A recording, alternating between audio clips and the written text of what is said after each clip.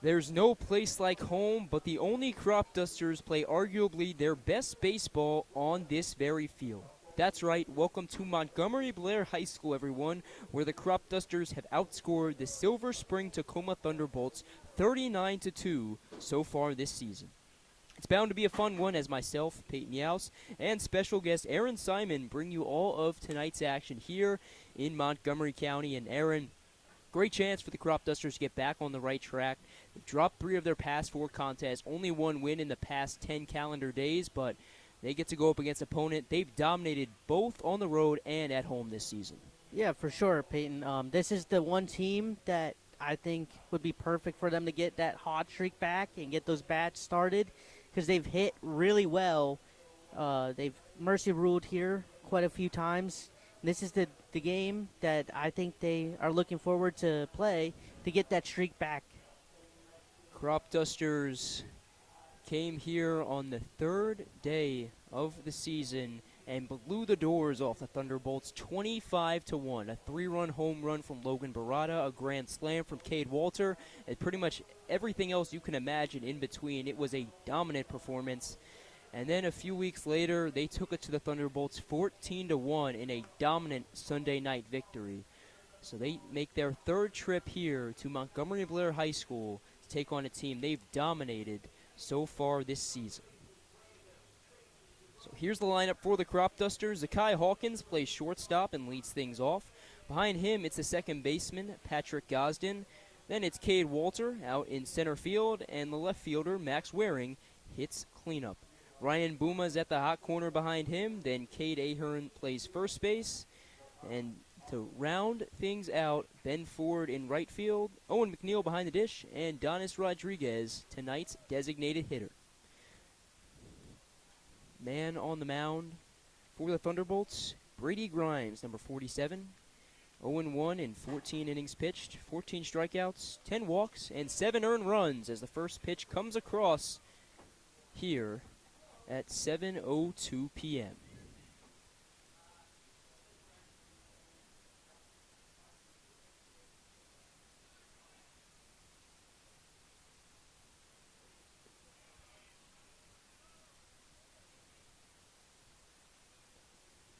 Sky Hawkins down the count 0-1.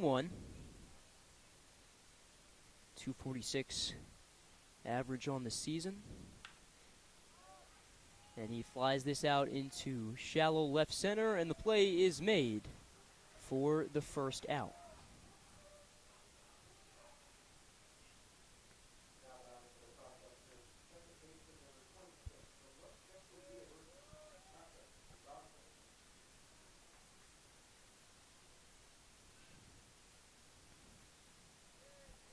So that gives way to Patrick Gosden. Patrick is one of the hottest hitters on this team, and they're really looking for him to start that spark here today. Gosden, a guy who's led off for a majority of the year, but this is a Cropdusters team that is so deep and so talented. Even a guy like him can hit in the 2-hole as he's doing tonight. He was not named an All-Star, a decision some Cropdusters fans did not agree with, but that decision likely due to the fact he didn't join the team until a few weeks into the season, was a late addition like many of the other Westchester guys on this team, but he has been a welcomed addition at that. Like you said, 357 batting average and even 1,000 OPS. Walks more than he strikes out, 11-9 that ratio. Just does everything you want in a leadoff guy. But tonight in the 2-hole, as he gets out of the way to send the count to 2-2. As he's almost hit by that pitch, it is interesting to note that he's already been hit by the pitch 5 times this season.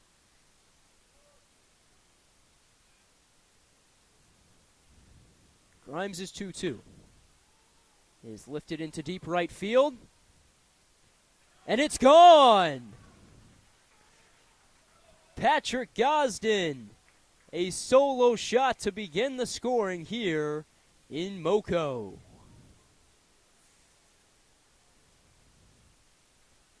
What a beautiful shot that was, Peyton. Just sounded so good off the bat.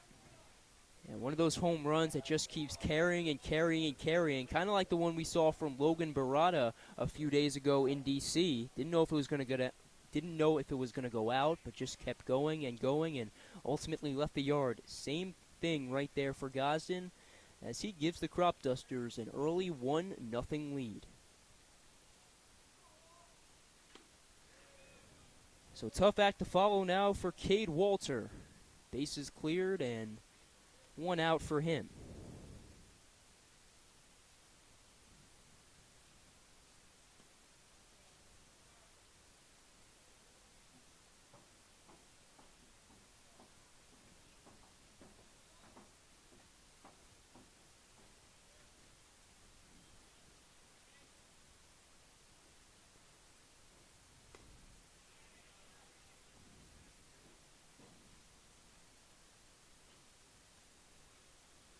So Walter, a guy, has tremendous plate discipline, trails Ryan Booma for the team lead in walks by 1. Walter has 22, Booma has 23.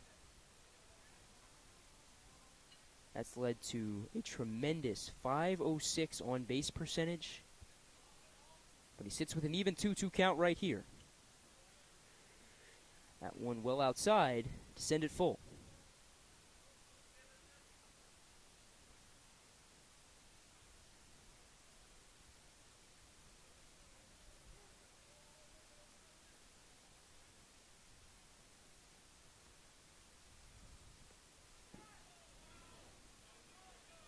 So Walter aboard with 1 out.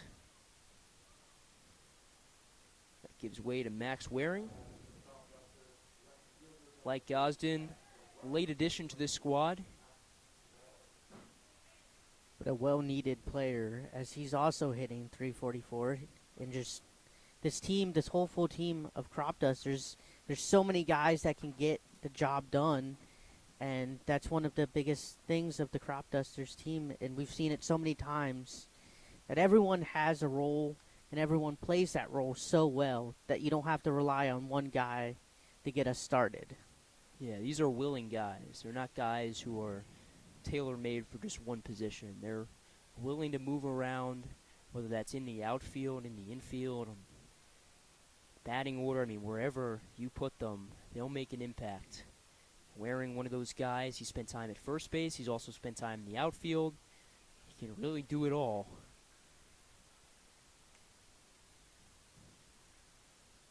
As he sits with a 1-1 count, Walter back in safe at first base.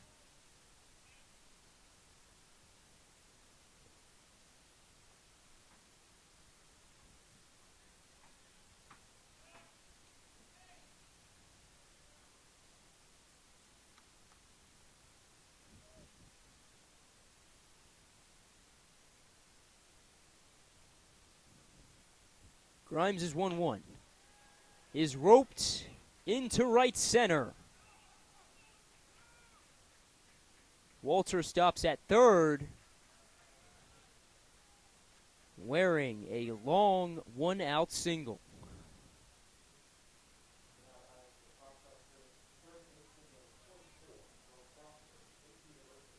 So 3 straight Cropdusters have reached base. Gosden with the home run, and then Walter with the free pass, and Waring with the single.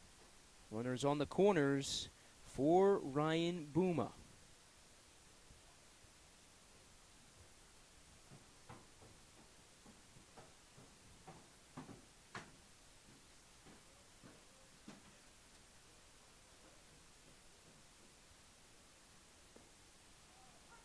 Booma, as we mentioned, the team leader in walks with 23.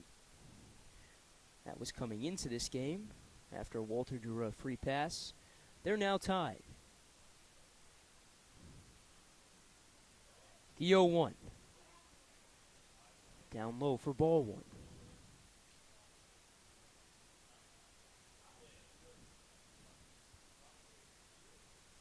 Booma does have pop in his bat, as he has 4 home runs this season.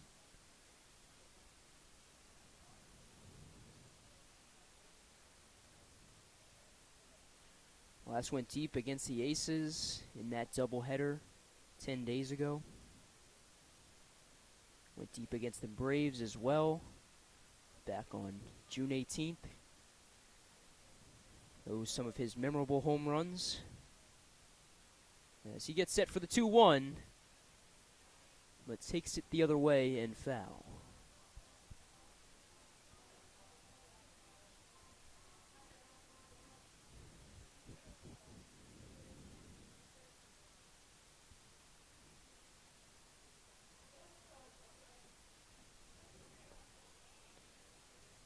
So after that ball, it's a full count.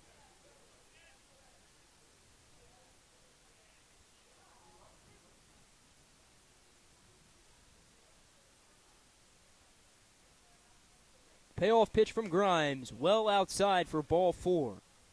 That loads the bases and gives way to Cade Ahern.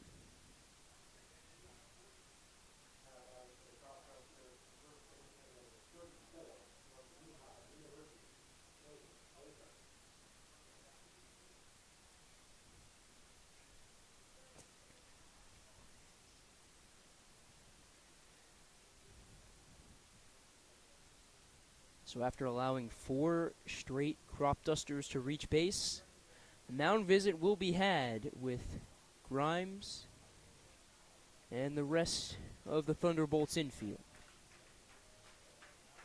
After getting Hawkins to pop up, he's run into some trouble. Bases loaded and only 1 out here in the top of the first.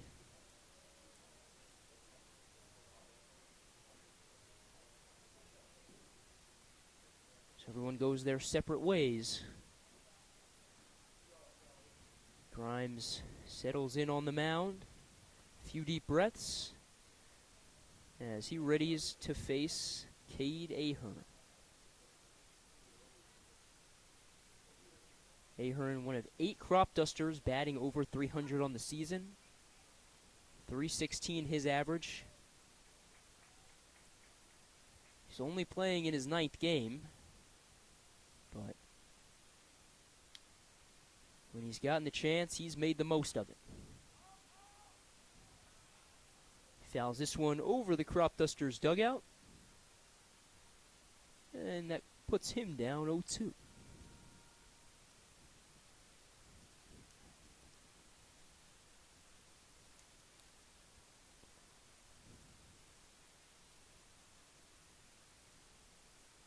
Grimes is 0-2. Down low. Mason Kelleher, the man behind the dish.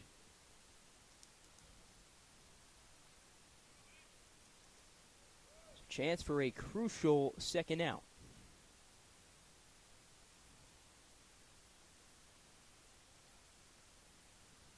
The 1-2. Swung on and missed as he gets Ahern to chase outside. That's a big out for the T-Bolts. If they can just allow 1 run this inning, that's an accomplishment for them, something that their pitching has not been able to do a lot this season. And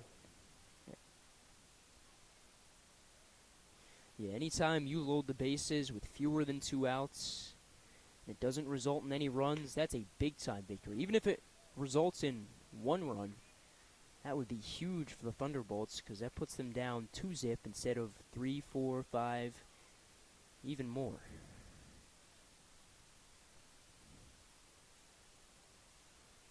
The 1-0 to Ben Ford misses in the dirt.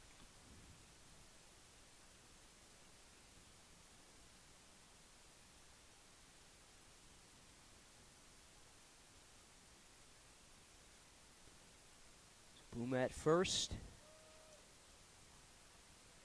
Waring at second. And Walter at third.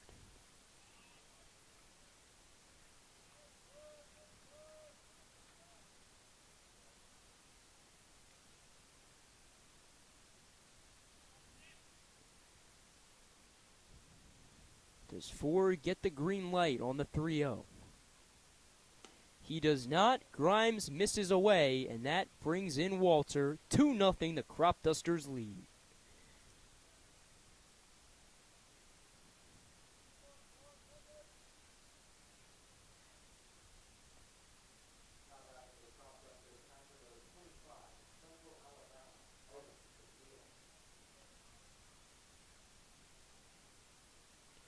So that gives way to Owen McNeil. Trying to break out of a slump, hitting just 148 on the season. He's playing in his 10th contest, so hasn't gotten too much run, but catcher is what I like to say, or refer to as their deepest position. Him, Springmeyer, Jimmy Bell, the newly added Sam Weinstein as well. A lot of guys fighting for reps, and just goes to show how deep and talented this Cropdusters team is. So Grimes a chance for an inning-ending strikeout. His 0-2. Down in the dirt, but Kelleher covers it up. Keep Waring put at third.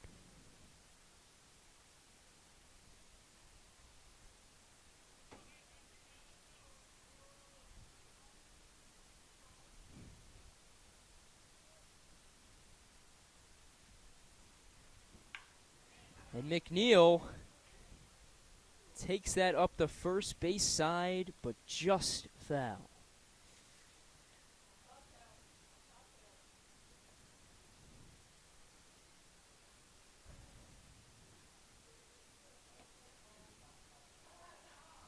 So we'll redo the 1-2.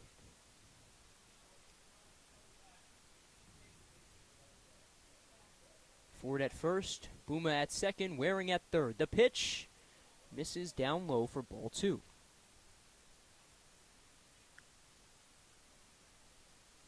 Should he be needed, the final man in the Cropdusters order, Donis Rodriguez, waits on deck.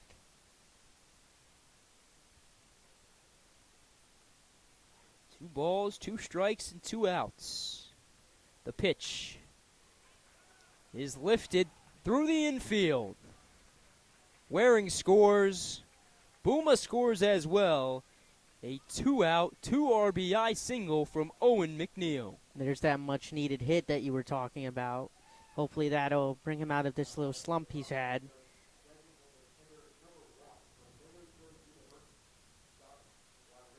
So that brings up the aforementioned Donis Rodriguez. Final man in the Cropdusters order. After him, it's back to the top, although it might be a new man on the mound for the Thunderbolts. And it is. So if Grime heads off, we'll head off with him and step aside. Don't go anywhere. We'll be back shortly here on the Cropdusters Baseball Network.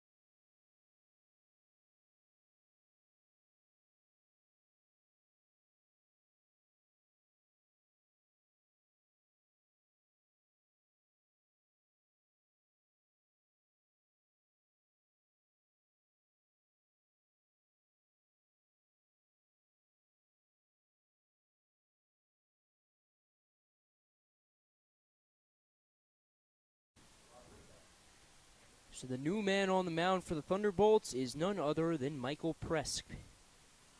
8 appearances so far for him on the season, an even 1-1 record in 16 1/3 innings pitched, 12 strikeouts, and a 7.16 ERA. As he goes to work with Donis Rodriguez, 2 outs and 2 Cropdusters on.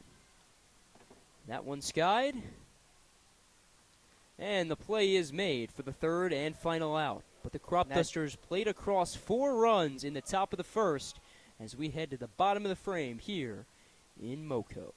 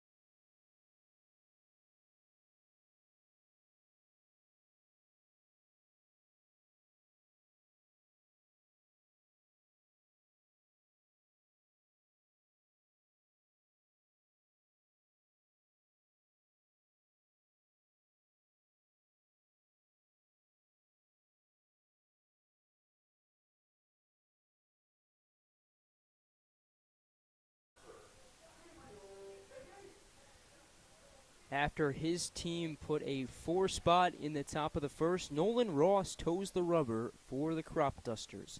So far this season, in 14 innings of work, he struck out 11 batters, walked 8, given up just 5 earned runs. He's won 2 games and has yet to record a loss so far.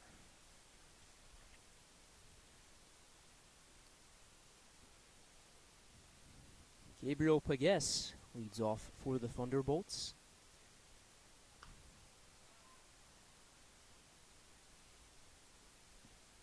He was recently named to the 2026 All-Star team.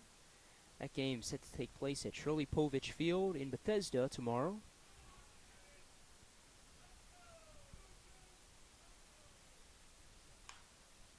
He grounds this to Hawkins, who scoops, gathers, and tosses it to Ahern for the first out.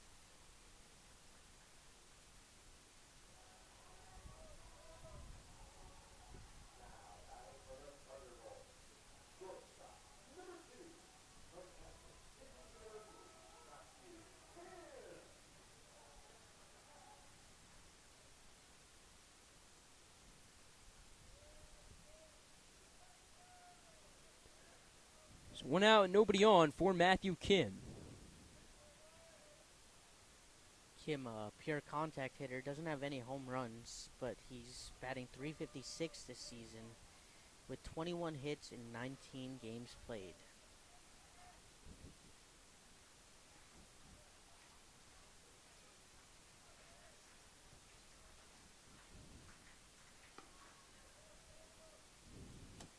Kim plays his college ball at nearby Hampton, Sydney. Count sits at 1-1 for him.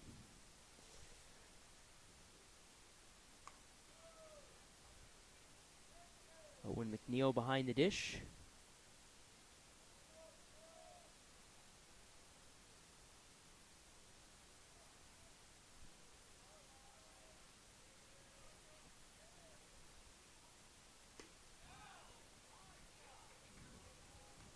So Kim chases outside, Send the count to 2-2. So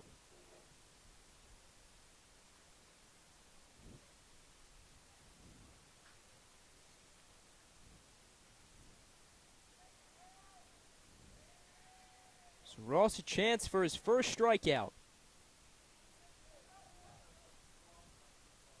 Instead he gets Kim to foul that over the Thunderbolts dugout, as we'll redo the 2-2.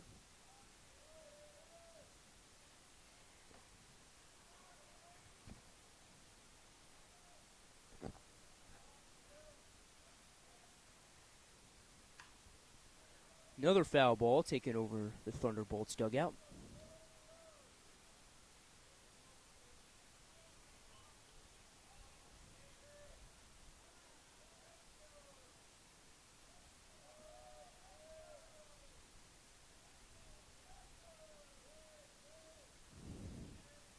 Two once more.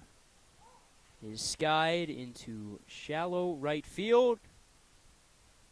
And Gosden dives to make the play. Ben Ford, Cade Ahern, and Gosden all gave chase, but Gosden made the play for the second out.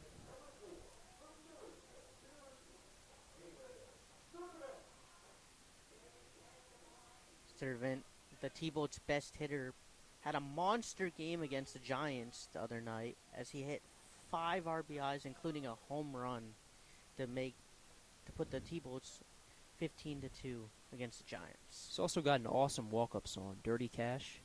Had a guy last year on the Pigs, that was his walk-up song. Takes me back, man. Takes me back.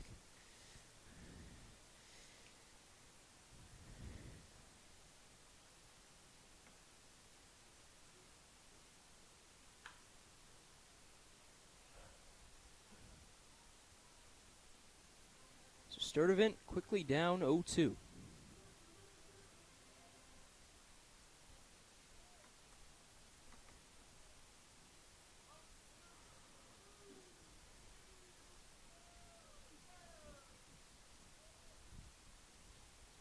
Ross deals.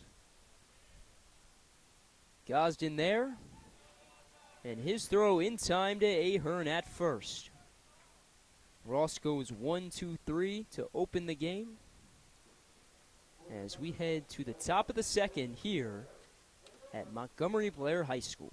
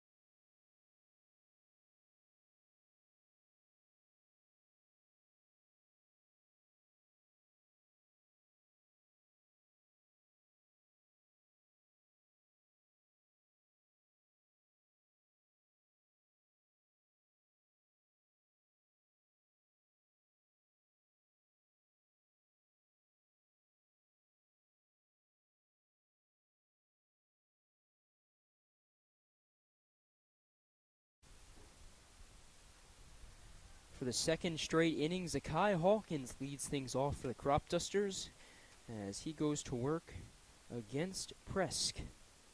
He relieved Grimes after just 2 outs in the top of the first. Hawkins popped up with a chance for his first base knock here. The 1-0. Well inside for ball 2.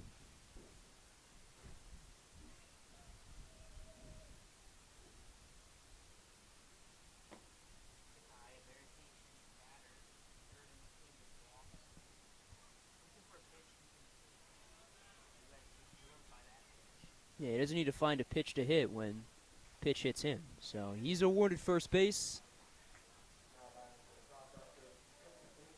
As Patrick Gosden, man who started the scoring, comes up to bat for the second time tonight.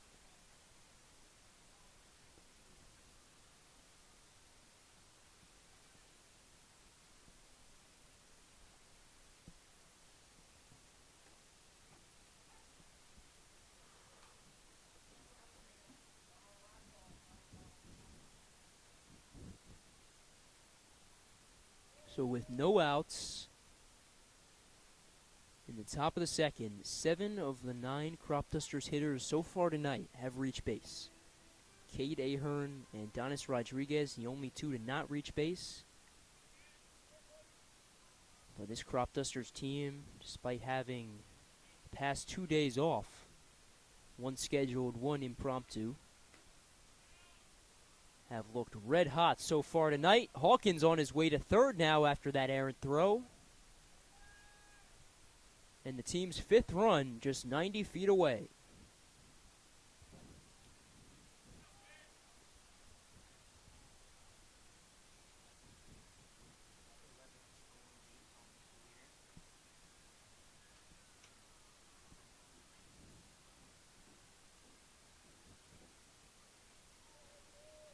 Hawkins has hit really everywhere this season. He's hit leadoff, he's hit in the middle of the order, he's hit in the bottom third of the order. But benefit of having him in this leadoff spot is his, you mentioned, ability to steal bases. He moves so well in between the base pads. And when you can send it to a guy like Patrick Gosden in the 2-hole, well, that's just icing on the cake as he sends a high fly ball into the glove of the first baseman, Connor Fricke.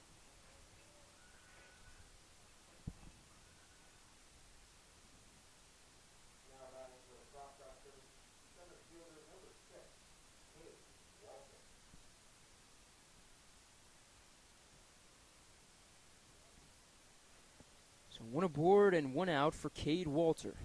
Drew a walk in his first at-bat.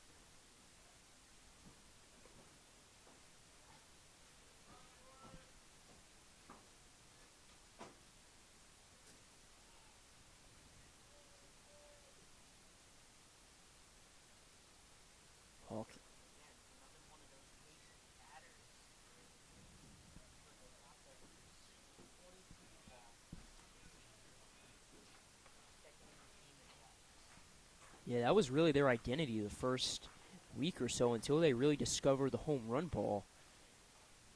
It seemed like every other at-bat, guy was reaching base via the free pass. It wasn't pretty, but it got the job done, as that's exactly what Walter does right there. He grounds out, but it plates across Hawkins for the 5th run.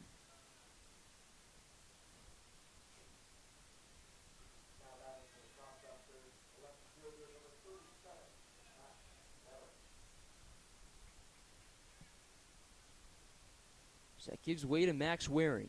Had that long single into the right center field gap his first time up.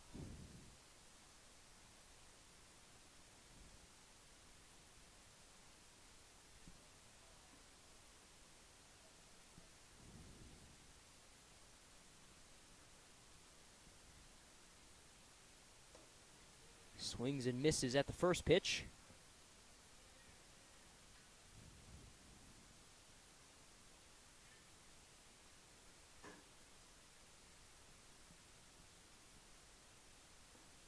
Swings and misses again down low, so that puts him down 0-2. Ryan Bouma waits on deck if needed. Presk, though, trying to end the frame right here as he deals and gets Waring to chop it foul.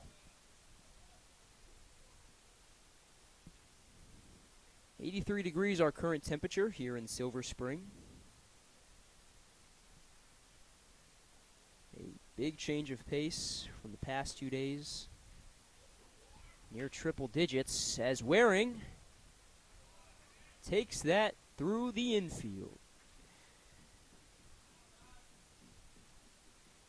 Despite a diving effort from second baseman Aiden Prell, Waring aboard with 2 outs. 2 singles for Waring on the night as Ryan Booma comes up to the dish.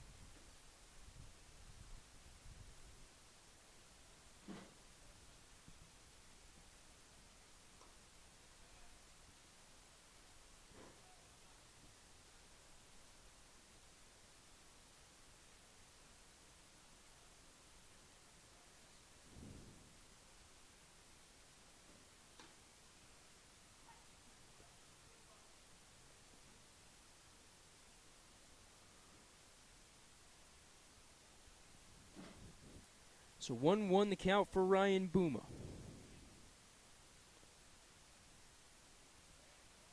But he chases a pitch downstairs. So once again, Presk, chance to get out of the frame.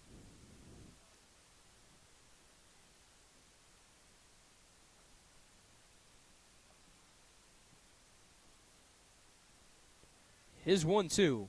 Off the plate, Waring already on his way to second. He won't try for third, but it still puts him in scoring position.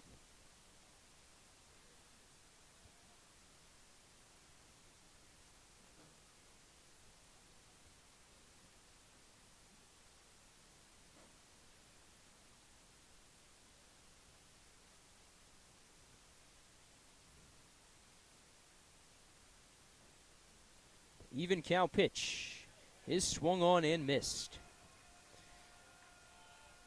So that does it for the top of the second, although the Cropdusters tack on another run as they take a 5-0 lead into the bottom half of the second inning.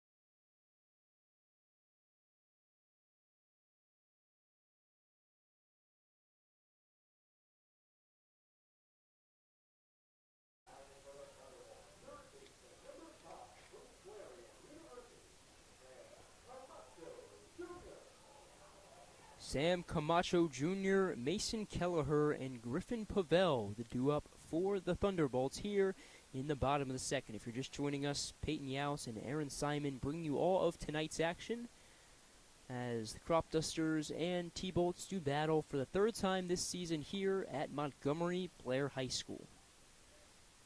39-2, Cropdusters advantage coming into this game. 5-0 they lead, so make it 44-2 so far this season.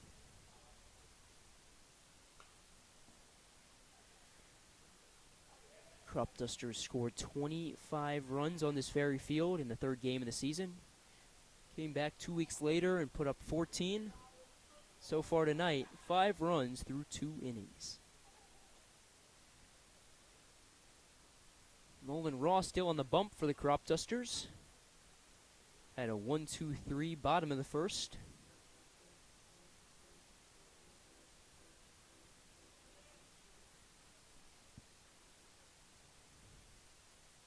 Still looking for his first strikeout.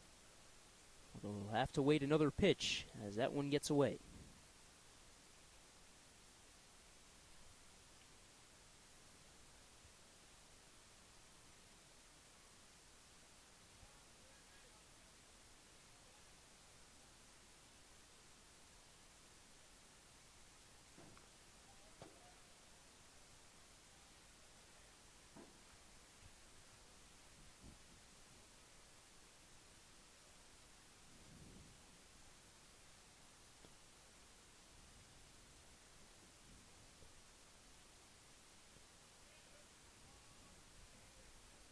Ross readies and delivers the 2-2.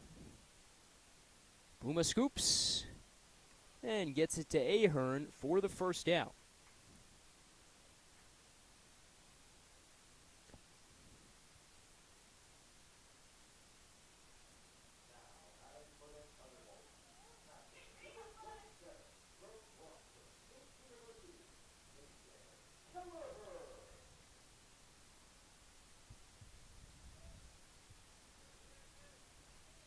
So 1 out and nobody on for Mason Kelleher. He's the man behind the dish tonight for the Thunderbolts. Still in search of their first base runner. Kelleher batting .362 this season, the second on the team in batting.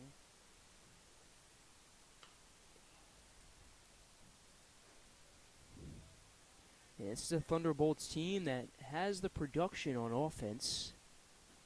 Multiple guys hitting over 300. Guy hitting 400 in the form of Caleb Sturdivant. But the pitching has been the issue. That was put on full display as Grimes was knocked out after just 2/3 of an inning. Yeah, you mentioned that, Peyton. Shockingly, coming into this game, both teams were tied in batting average, which is quite shocking if you look at the disparity of these two teams and their scores. Yeah, two teams with identical batting averages, but one sits at 17-9, the other at 7-19.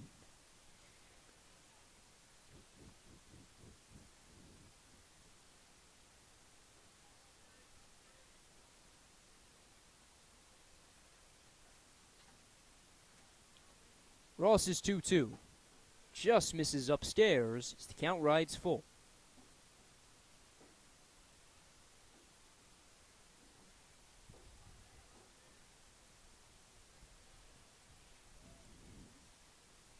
The payoff.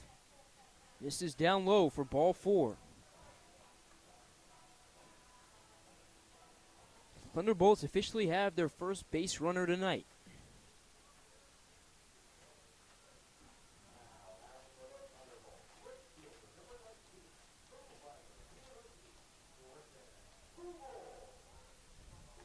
So that brings up riders Griffin Pavel.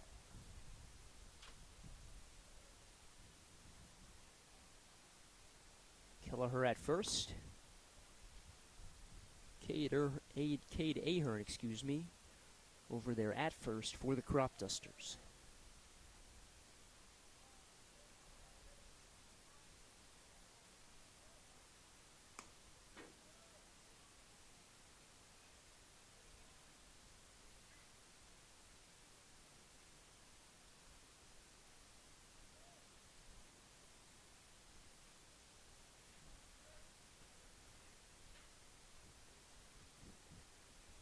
Ross is 2-0.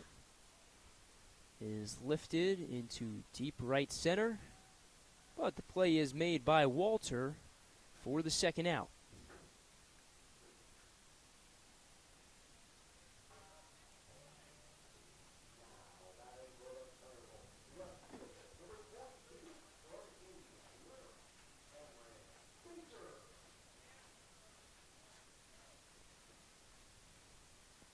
So one aboard, this time with 2 outs for Cam Baker.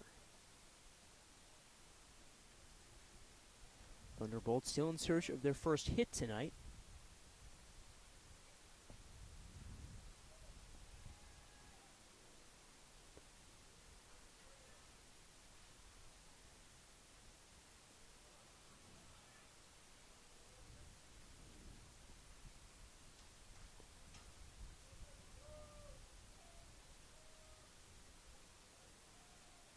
great block there to not allow that runner to go to second.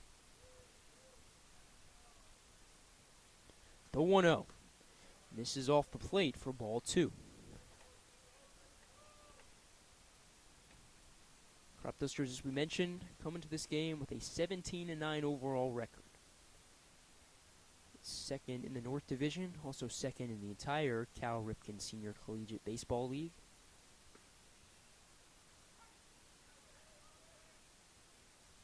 There's the Big Train in first with an 18-8 overall record. They've won 8 straight and 9 of their past 10.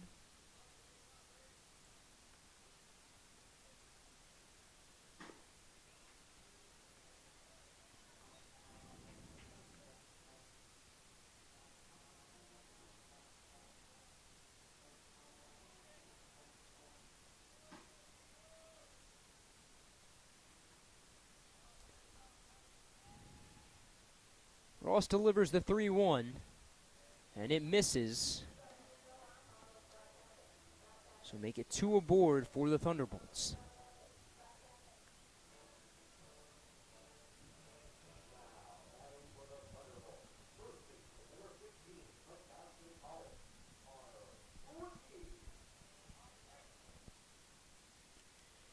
Connor Fricky of Babson College now up to bat.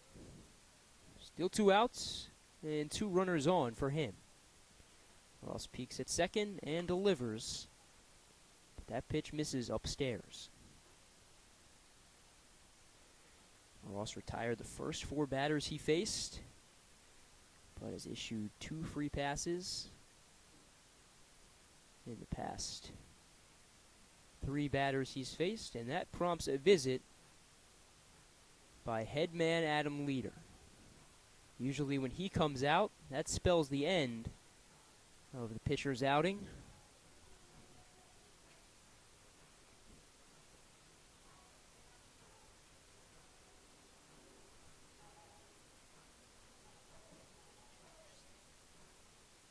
Although tonight that's not the case, as he'll stay in the game.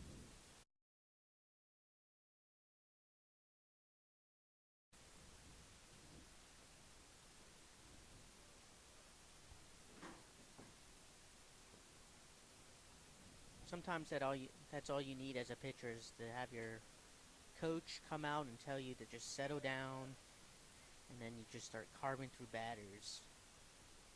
Yeah, and as we said, wasn't really running into any adversity, although he is right here. Walter gets the throw in quickly, so Kelleher puts the brakes on at third, and that loads the bases for Aiden Prell.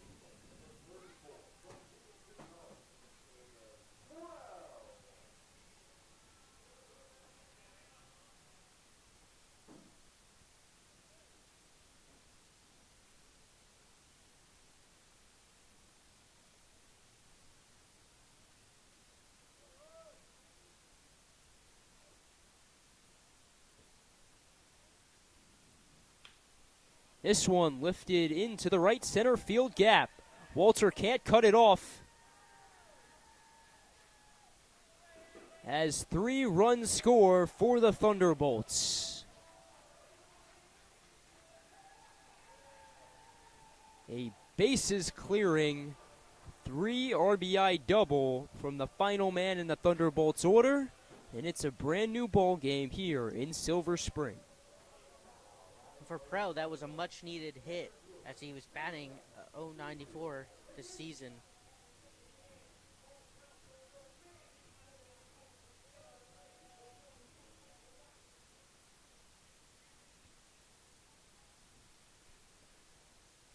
So back to the top of the order we go in Gabriel Pegus.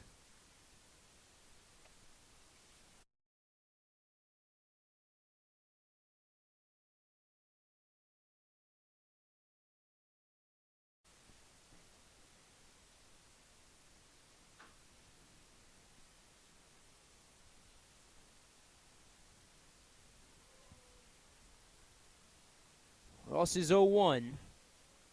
Finds the zone. So chance to get out of the frame here.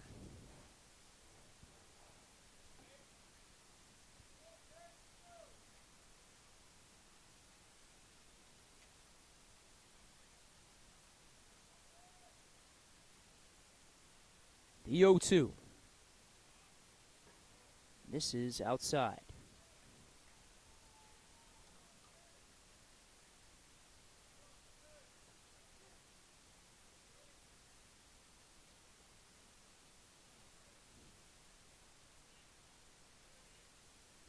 Ross looks at second and delivers and gets Pegues to chase upstairs. His first strikeout of the night and his 12th of the season. Very relieved that the Cropdusters put up a big 5 spot for him. So we head to the third inning with a brand new ball game on hand. 5-3 our score. We'll be back shortly here on the Cropdusters Baseball Network.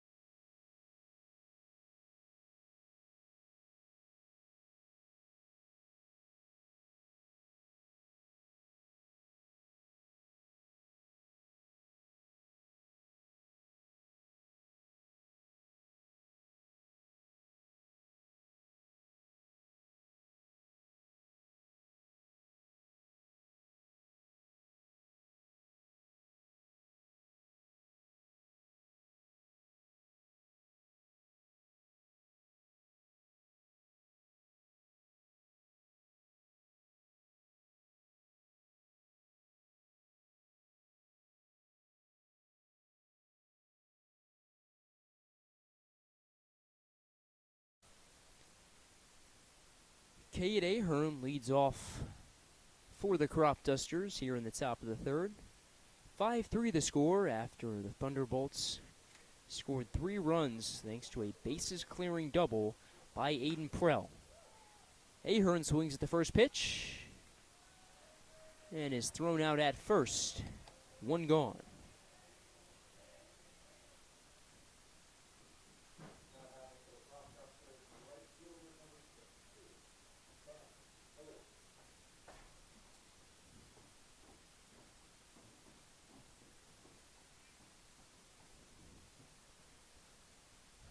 So up comes Ben Ford. Drew a bases-loaded walk his last time up.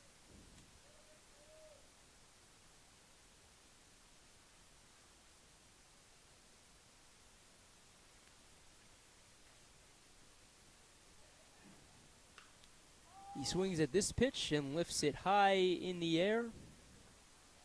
Kim comes in to make the play, and there are 2 gone.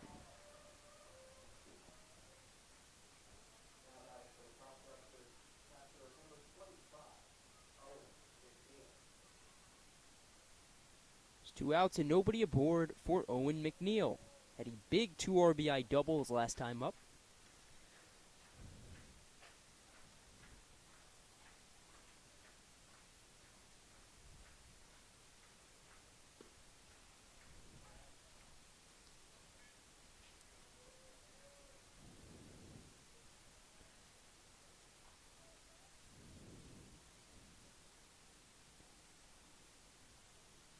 The 0-1 to him. This swung on and missed. So Presk, chance for a 1-2-3 top of the third.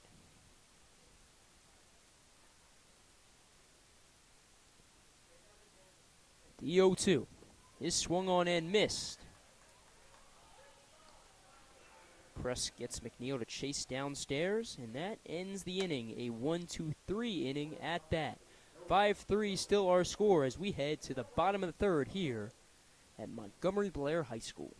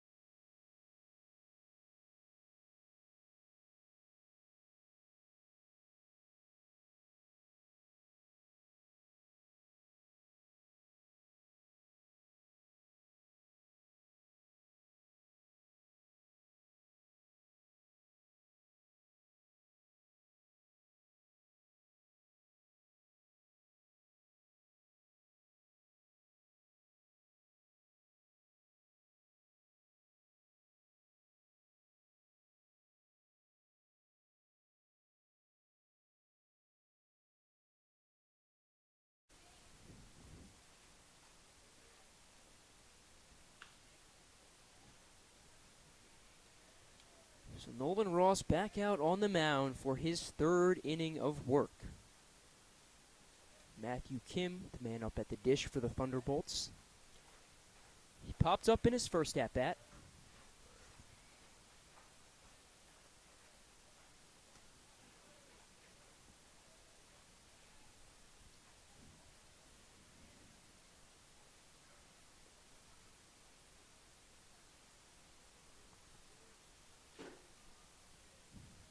The 1-1 is skied to Hawkins, and he's underneath it for the first out.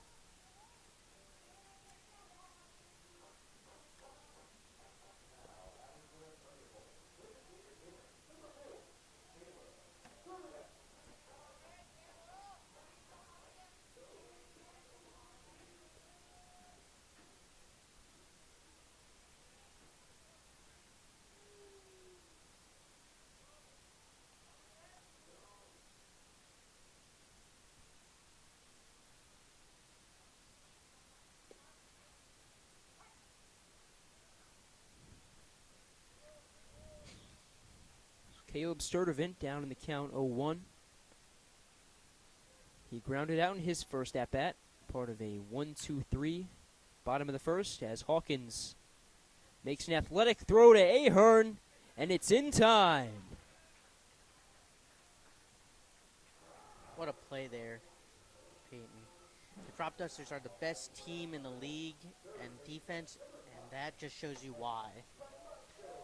And it's funny because we talk about how guys really don't play the same position for too long. This is a Cropdusters team that is so versatile defensively. Guys can move. You have Buma who can play second and third, Barada who can play second and third, Max Waring who can play first in the outfield, Rodriguez who can play the infield and outfield. There's so many guys move around to so many different positions. You would think with that lack of consistency that would lead to errors or low fielding percentage, but that shows that's just not the case.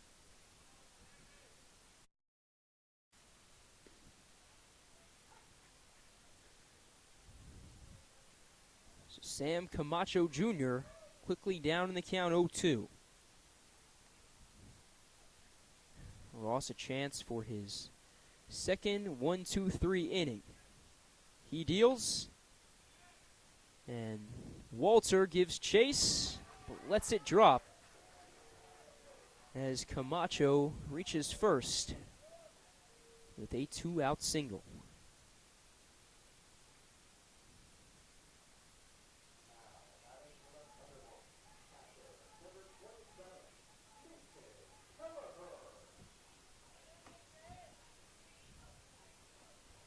It's 2 outs and 1 runner on for Mason Kelleher. He was T-Bolt's first base runner of the game. He reached via the free pass, and he goes to work against Ross for the second time tonight.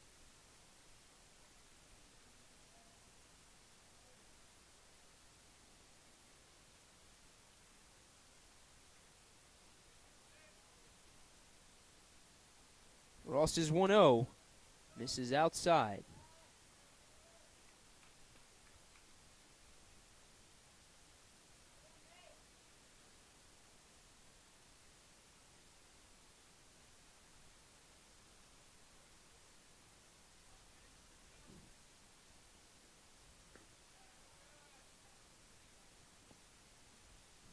It's 2-1 the count for Mason Kelleher.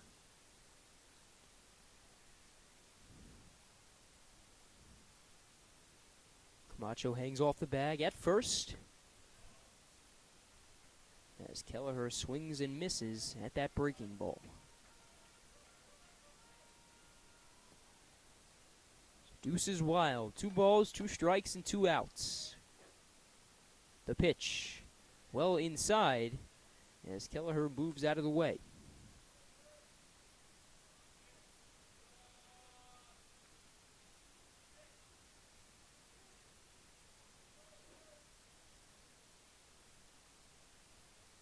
Payoff pitch. This is outside. So Kelleher aboard for the second time tonight via the walk. That gives way to Griffin Pavel. And the Cropdusters bullpen is looking like someone's getting started to get loose.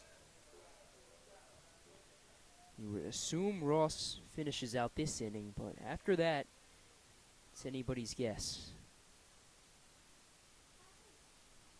Likely turn to the bullpen, but you never know. Cropdusters do have off tomorrow due to the All-Star game.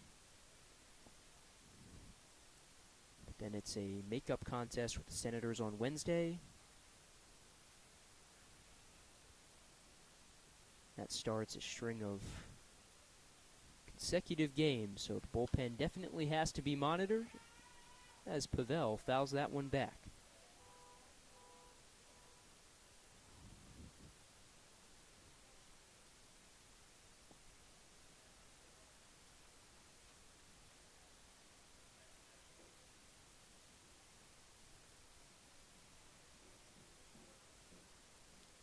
Ross is 1-1.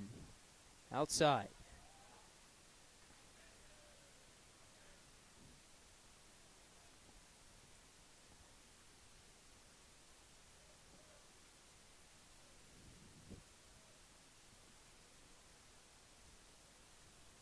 Kelleher at first. Camacho at second. Ross looks and fires. And it's fouled off.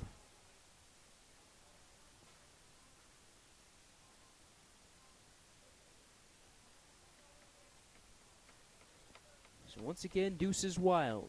2 balls, 2 strikes, and 2 outs. Ross trying to get out of the jam.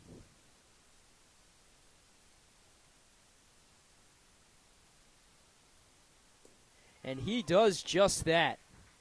Gets Pavel to chase downstairs for the 3rd and final out. 2 stranded as we head to the 4th inning here in Silver Spring.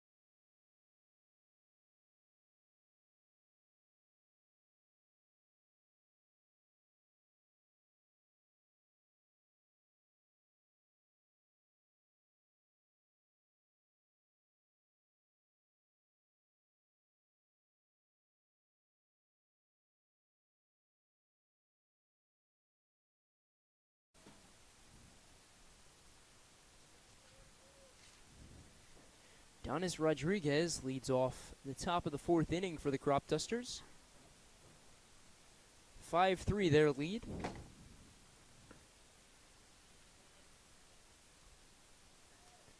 It's a team, as we mentioned, trying to get back to their winning ways. They've dropped 3 of their past 4 contests as Rodriguez lines a single right up the middle.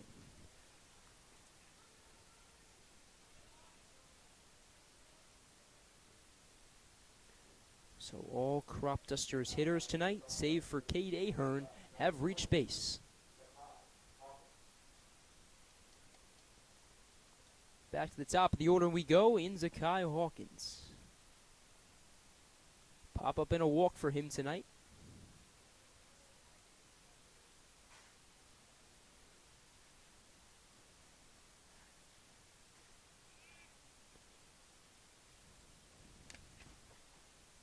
Press checks on Rodriguez. He's got lightning quick speed.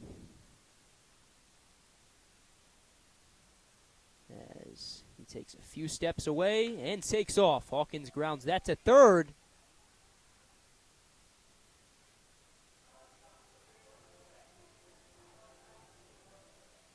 And Rodriguez in safely at second. No, he's not. He's out, but Hawkins in safely at first.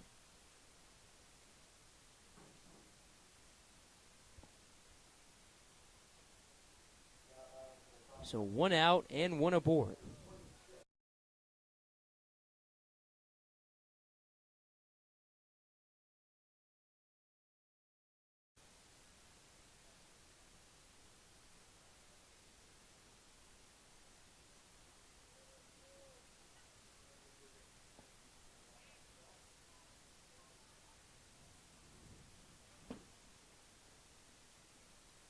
So Hawkins moves up to second off that wild pitch.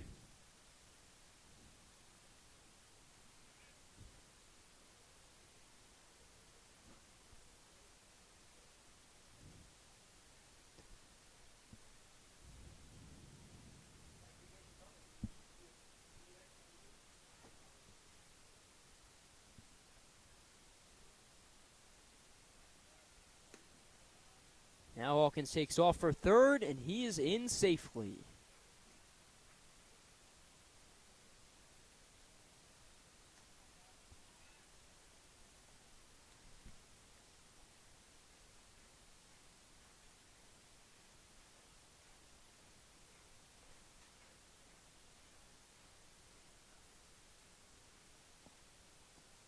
Two 0 to Gosden. Finds the zone for strike one.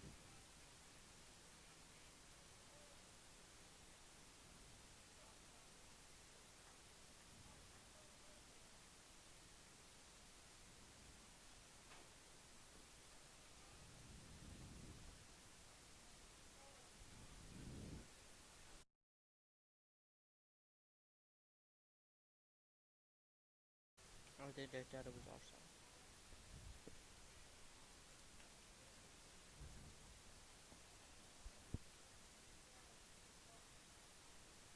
The 3-1. Grounded to third. As Hawkins stays put at third.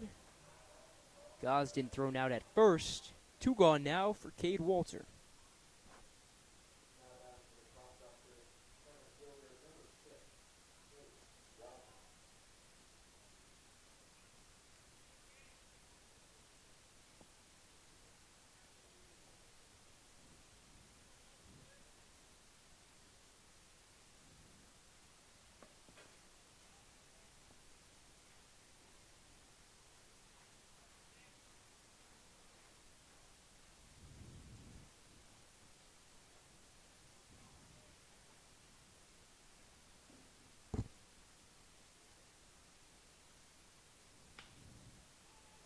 Walter takes that through the infield.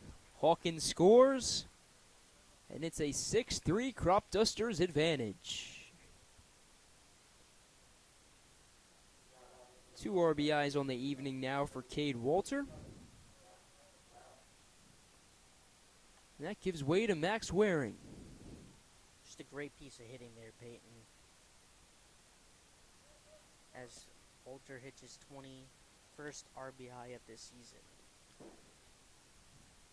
Yeah, it wasn't hit all that hard, but thankfully it snuck past Prell and plated Hawkins for the Cropdusters' 6th run.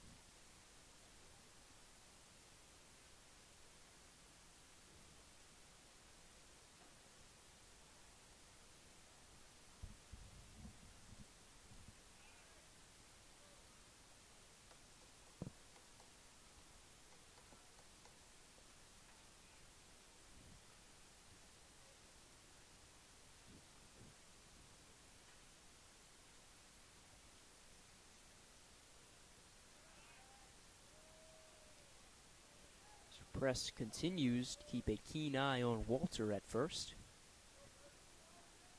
He does steal bases at a good clip.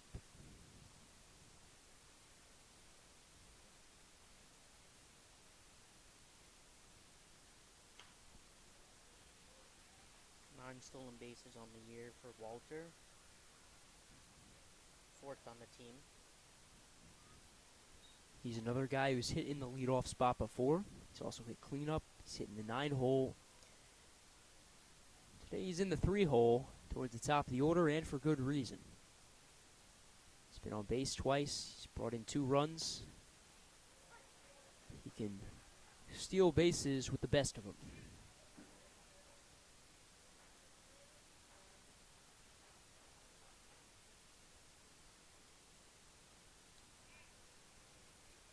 Wearing down 0-2. Presk deals. As the Thunderbolts get Walter out at second.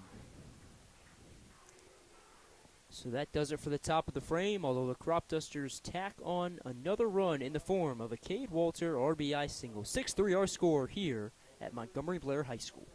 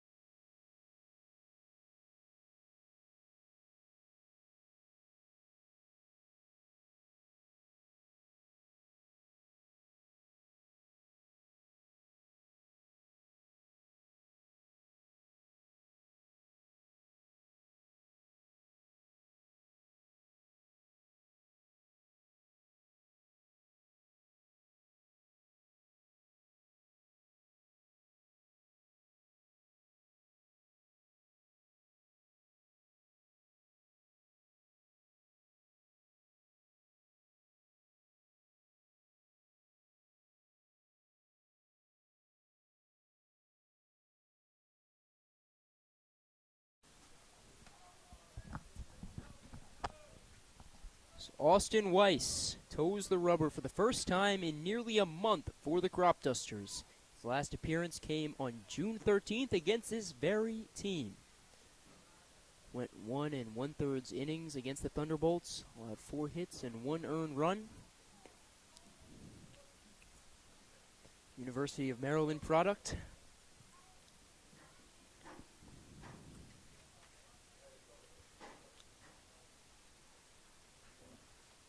Down in the count, 1-0 to Cam Baker as he deals and gets Baker to pop it up along the first base side. Ahern in foul territory makes the play for the first out.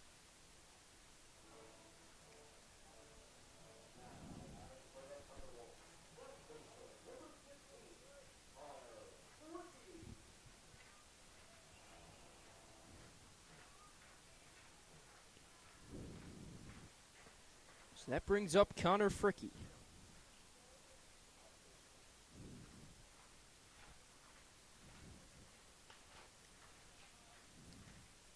He recorded the Thunderbolts' first hit of the night. 1 for 1 with a single.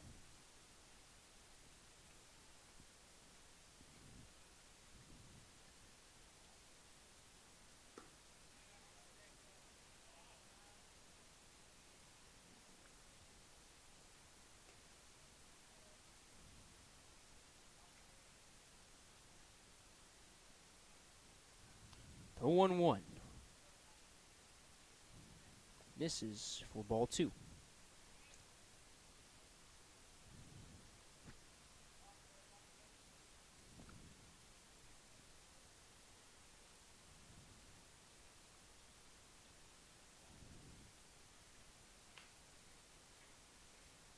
Hawkins loves it, and there are 2 gone.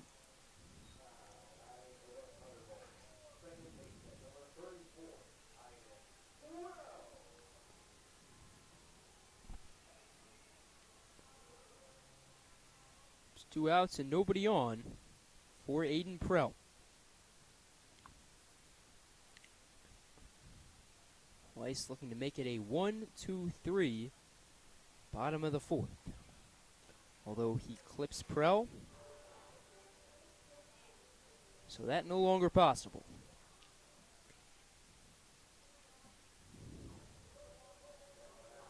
So back to the top of the order we go in Gabriel Pegues.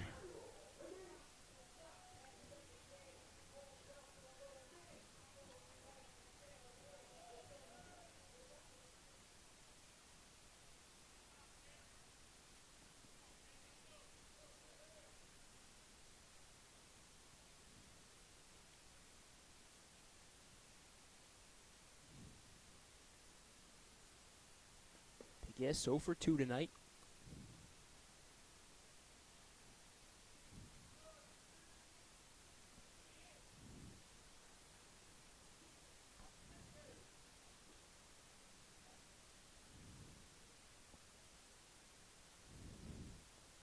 The 1-0 to him misses for ball 2.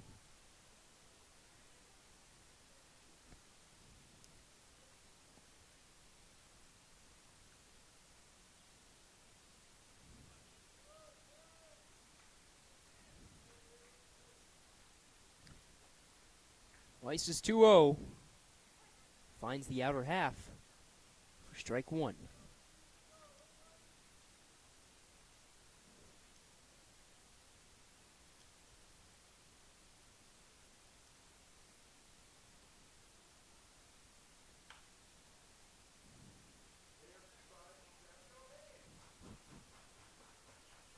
So 2-2 count after that ground ball. Excuse me, foul ball.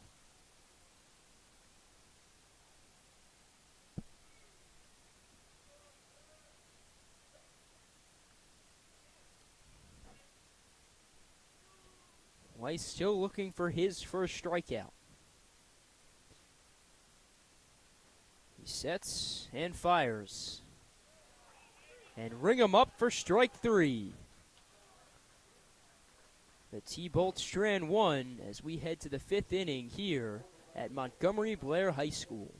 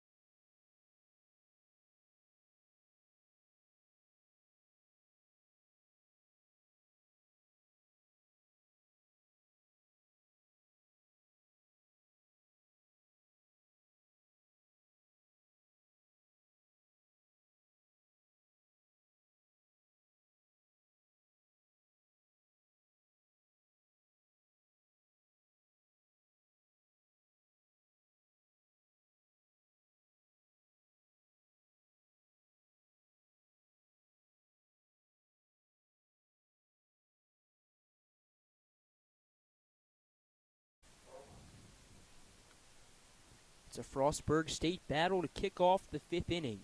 Shane Murphy on the mound for the Thunderbolts, and Ryan Booma at the dish for the Cropdusters. Two Frostburg guys set to do battle here in the top of the 5th. Booma 0 for 1 tonight with a strikeout.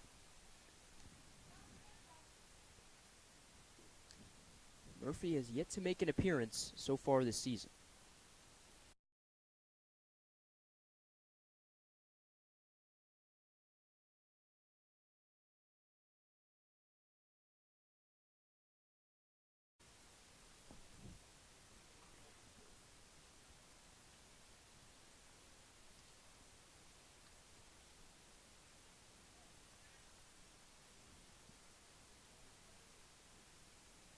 The 1-1 to Booma. This is down low for ball 2.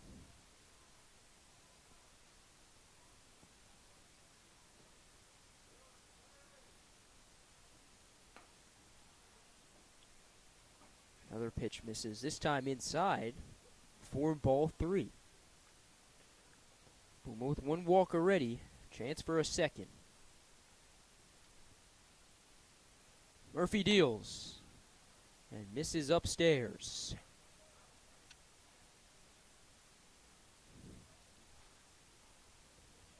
So 1 aboard and nobody out for Cade Ahern. He's the lone Cropduster to not reach base in this game. Struck out in his first at-bat, grounded out in his second.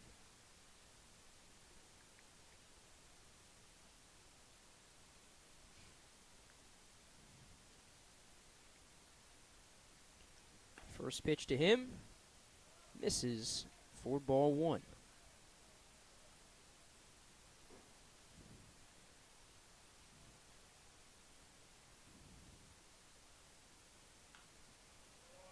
He swings at the second pitch, but fouls it off.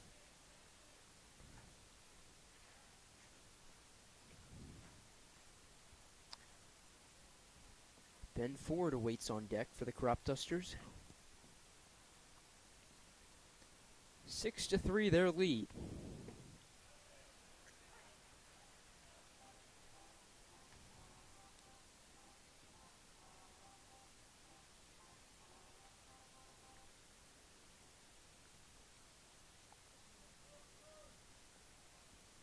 The 1-2 to Ahern.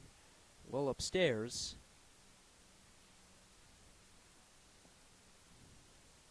So it's an even 2-2 count.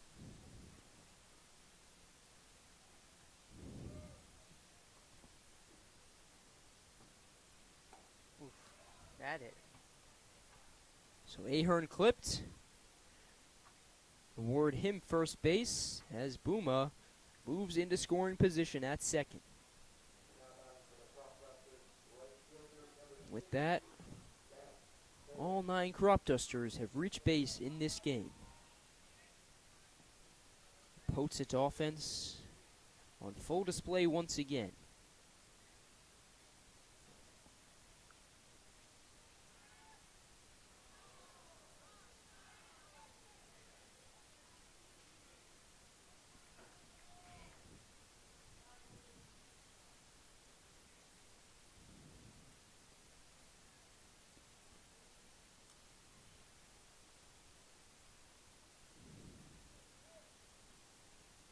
First pitch to Ford, right down the middle for a strike. He showed bunt, but pulled it back. Didn't matter.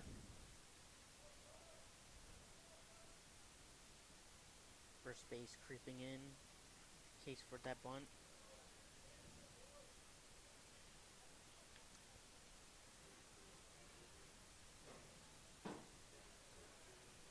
Ford quickly down 0-2.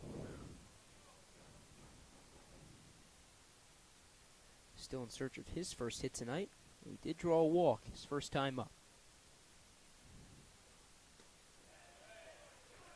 Swings and misses at that high fastball. And so he's retired for the first down.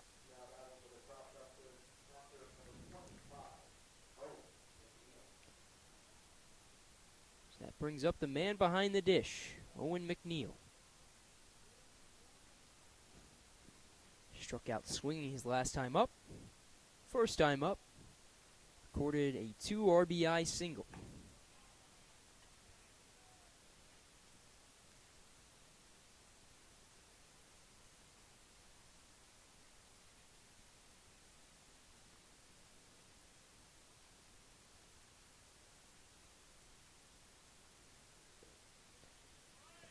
And McNeil hit. Bases loaded for Donis Rodriguez.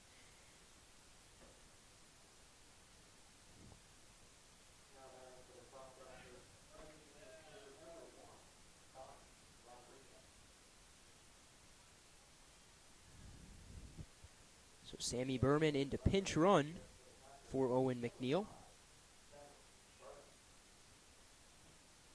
He's at first. Cade Ahern's at second, and Ryan Booma is at third. Rodriguez singled in his first at-bat.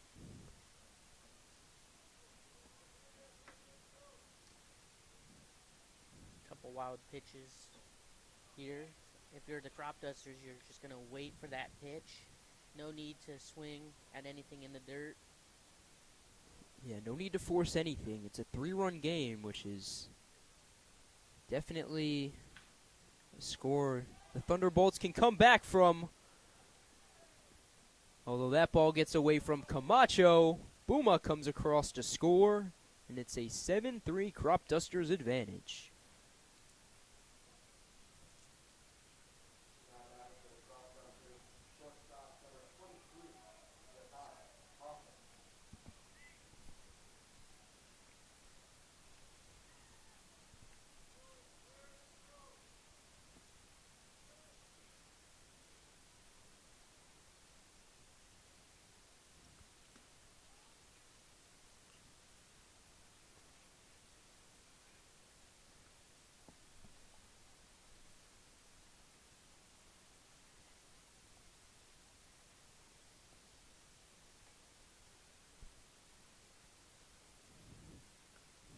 Did that clip Hawkins? Yes, it did. That's the third hit batter of the inning for Cropdusters. Yeah, it's kind of fitting. Hawkins hit by a pitch to bring in Ahern, who reached base via the hit by pitch. So kind of comes full circle there as Cropdusters take an 8-3 lead, and we might have a new man on the mound for the Thunderbolts.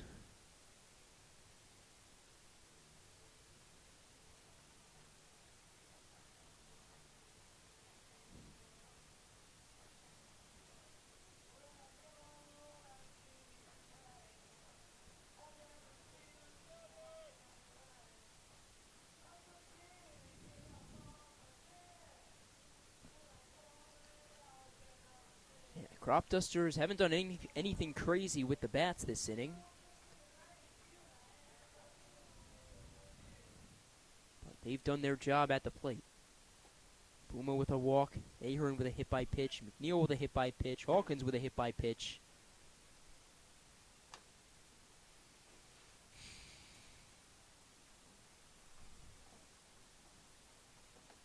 So Cropdusters offense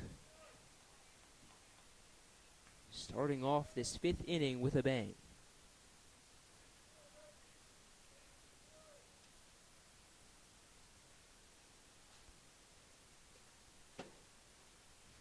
Wild pitch. Berman comes across to score. Hawkins moves to second. Rodriguez to third. Make it 9-3 our score.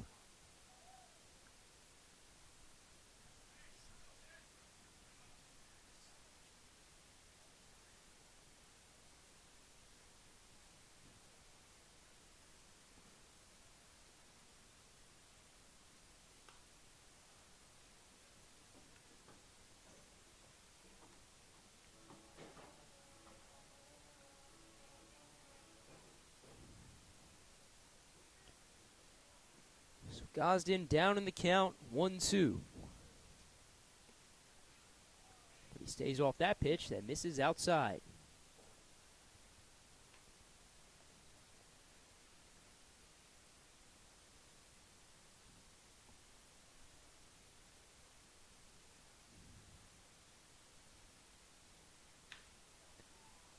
This one grounded to second. Gosden thrown out, but Rodriguez comes across to score as the Cropdusters hit double digits for the third time this season at Montgomery Blair High School. 10-3 their lead.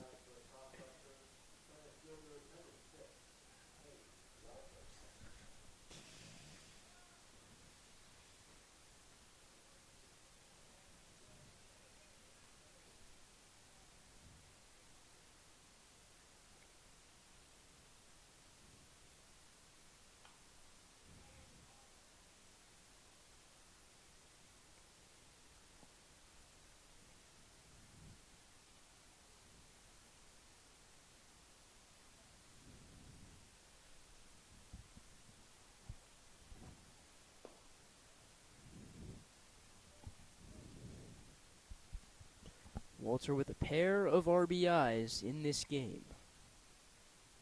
Hawkins at third, so chance for some more.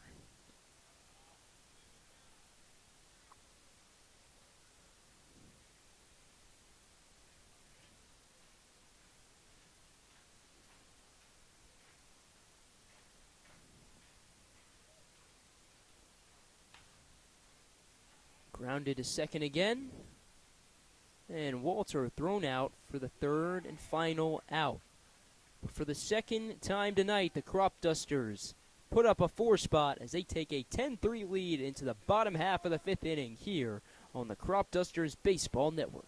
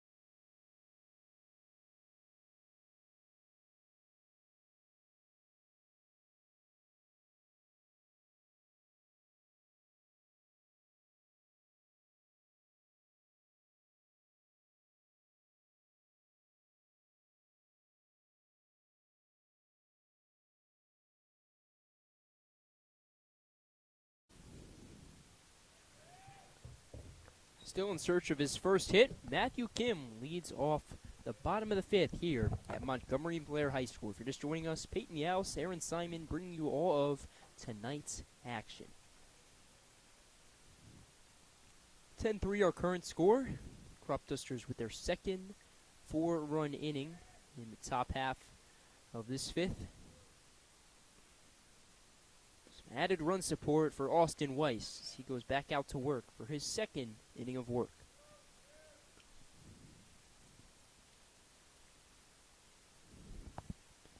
Came with 2 pop-ups this evening.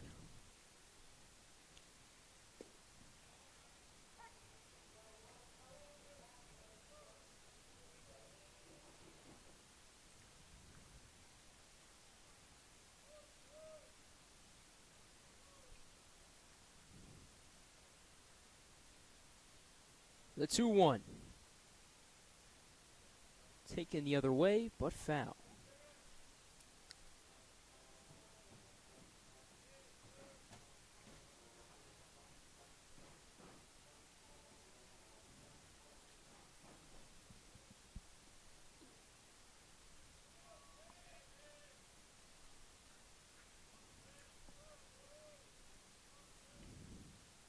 Weiss is 2-2. He's grounded to Gosden. He scoops and gets it to Ahern for the first out. Great adjustment from the second baseman as he gets over just in time to cut off that ball and send it to Ahern for the first out. Yeah, another great play by this Cropdusters defense to get that speedy Kim out at first. You got to be really quick to get him out.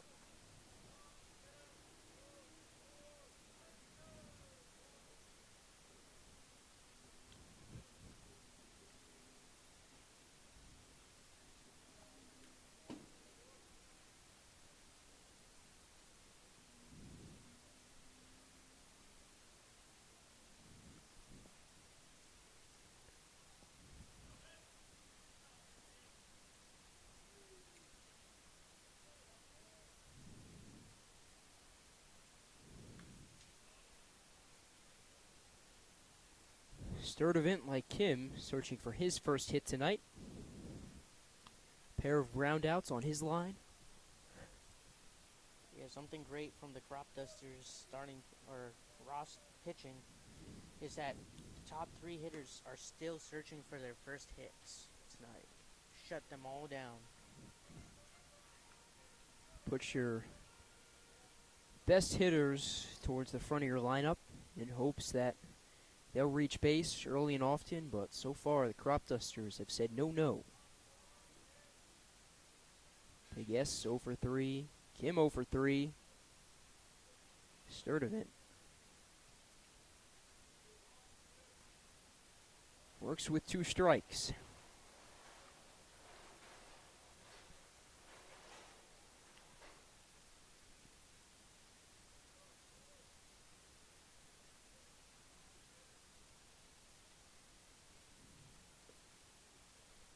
Weiss misses inside. The count goes full.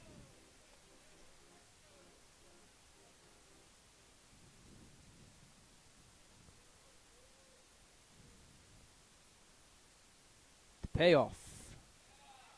Called strike 3.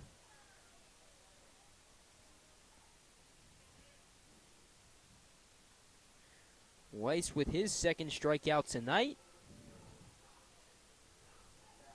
2 gone here in the bottom of the 5th.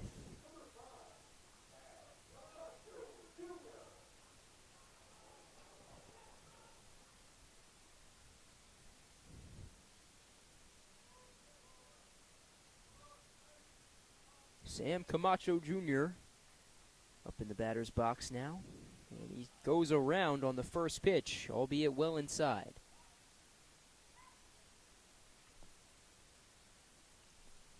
Camacho 1 for 2 with a single.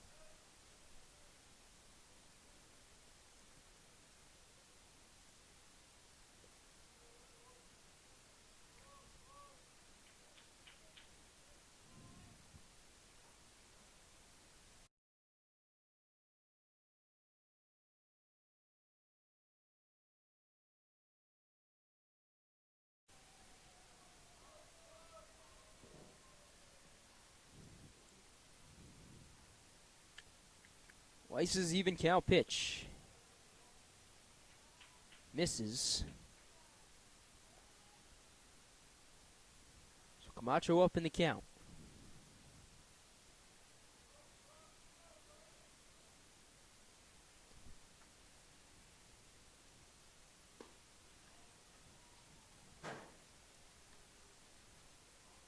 So after that swing and a miss, Camacho down to his final strike.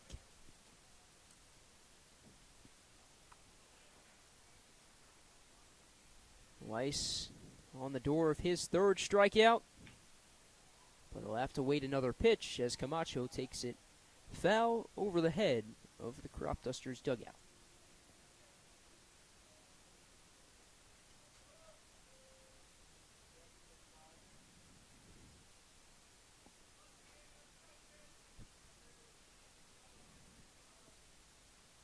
Deuces wild. The 2-2 with 2 outs. Misses. So the count goes full.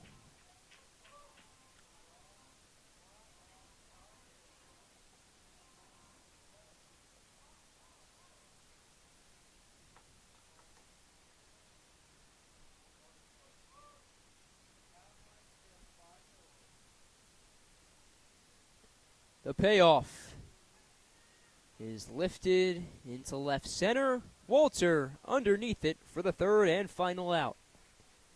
Another scoreless frame for Austin Weiss as we head into the sixth inning. The Cropdusters up by 7.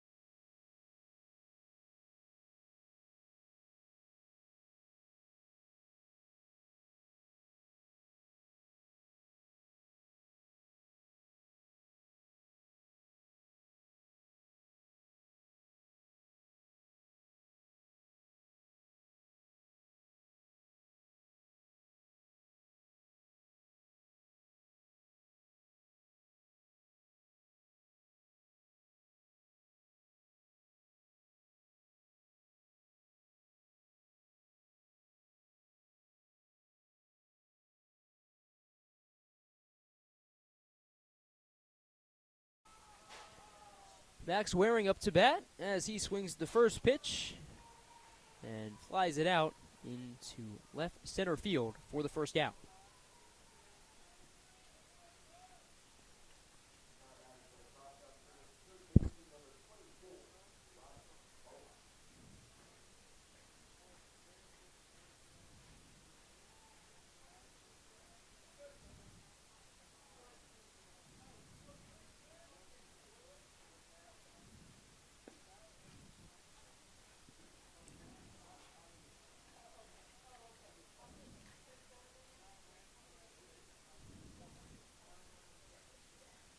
So 1 out, nobody on for Ryan Booma.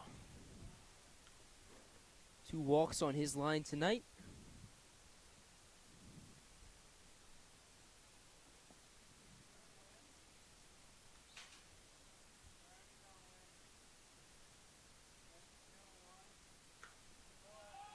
And this one skied right in front of the Cropdusters dugout.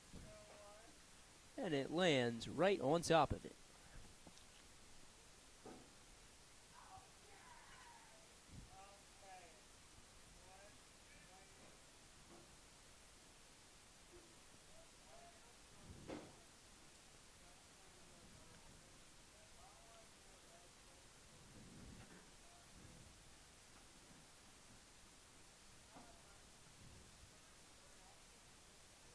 Thunderbolts signal for time.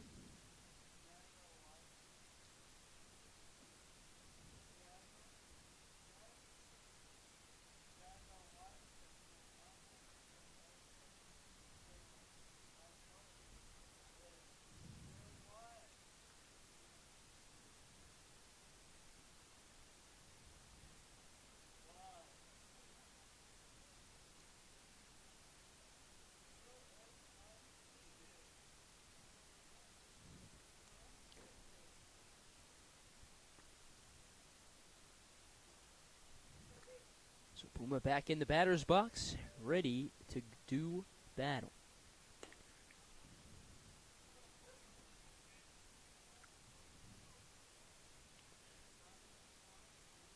Two balls and 2 strikes for him. And he laces that into shallow left center. His first base hit of the night. 3rd time he's reached base. That brings up Cade Ahern.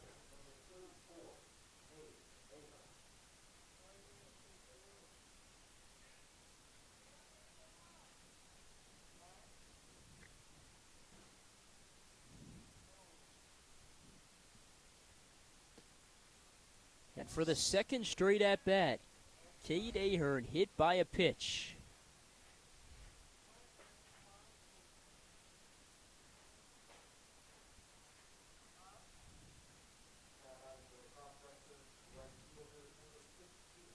That puts 2 in between the base pads for the Cropdusters.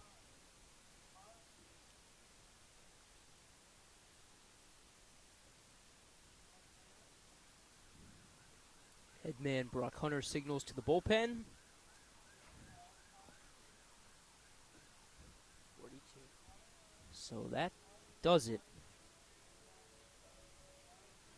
for Murphy.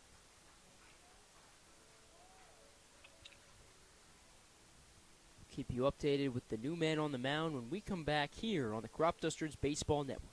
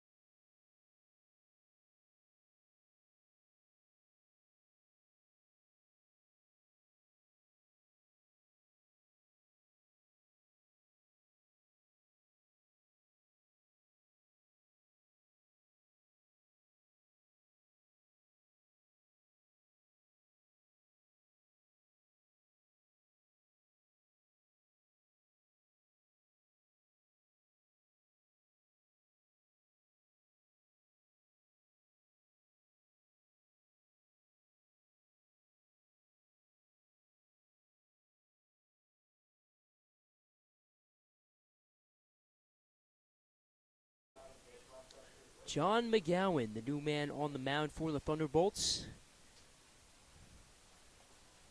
He'll go to work against Ben Ford.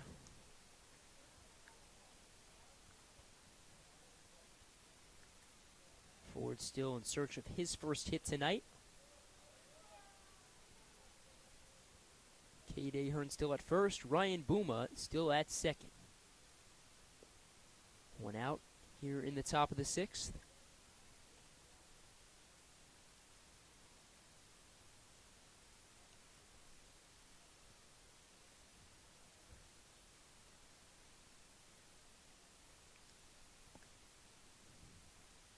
The 1-1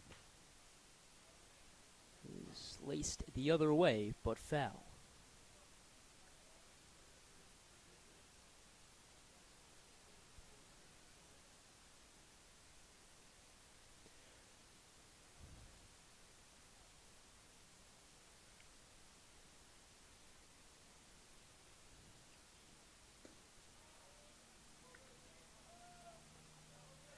McGowan, a product of Trinity College. He's also a local kid. Bethesda, Maryland, his hometown. As he gets ready to deal the even count pitch. Instead pulls back.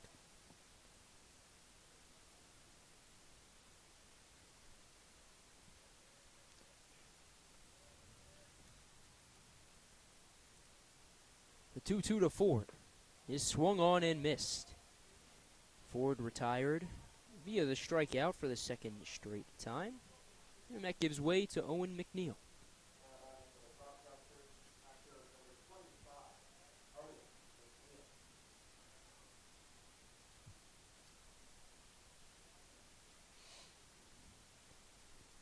2 outs, 2 runners on for Owen McNeil. Hit by a pitch his last time up. Swings at the first offering, but chops it foul in front of the Thunderbolts dugout.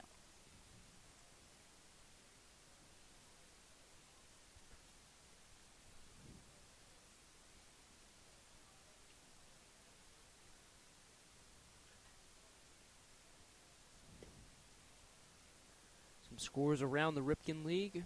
Grays take down the Senators 9-6 on the road.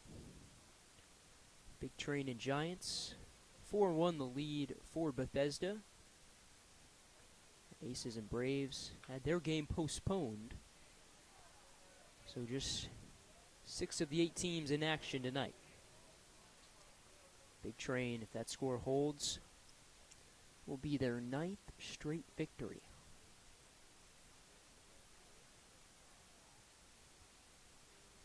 That game's in the bottom of the 6th. Grays and Senators, that won the final.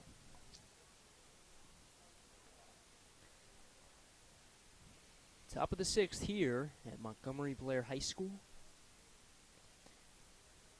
1-2 the count for Owen McNeil as McGowan looks to retire him.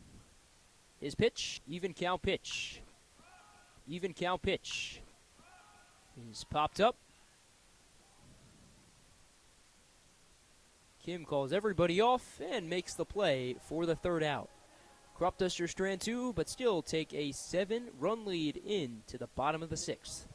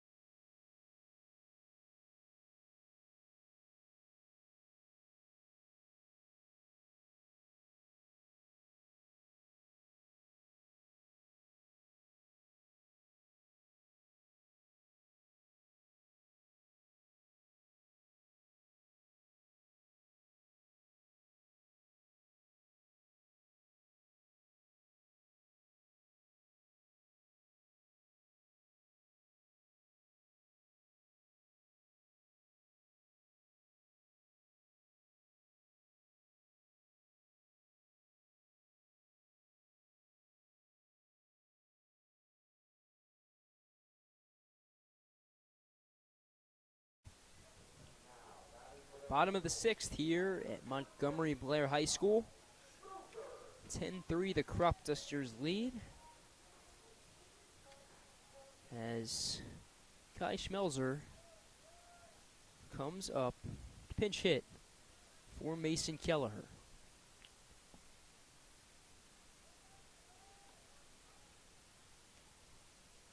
Austin Weiss still on the mound for the Cropdusters.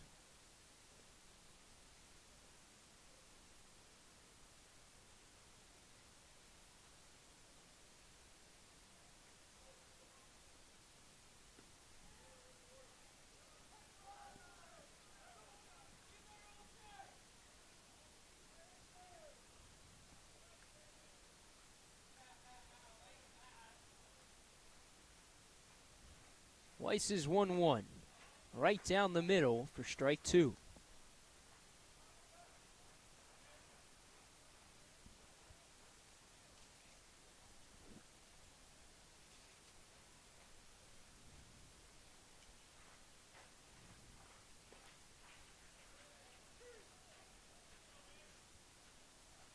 Called strike three.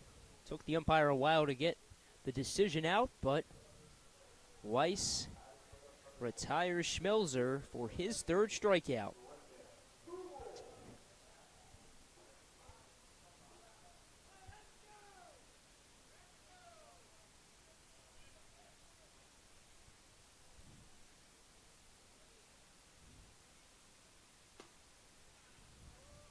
So 1 out and nobody aboard for Griffin Pavel. 0 for 2 tonight with a flyout and a strikeout.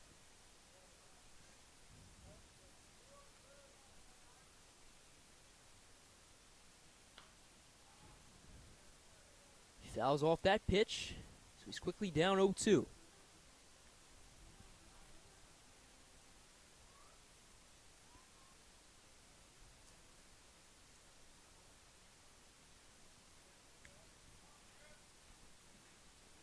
Weiss is 0-2.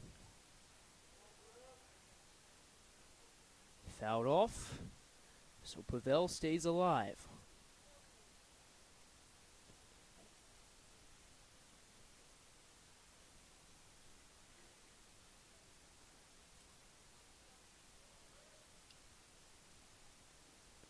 The 0-2 once more.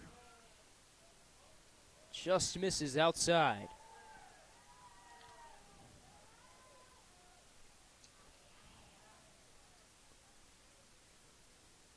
Weiss still a chance for the strikeout. It would be his fourth, and he gets it. Weiss has been locked down ever since he's came into this game.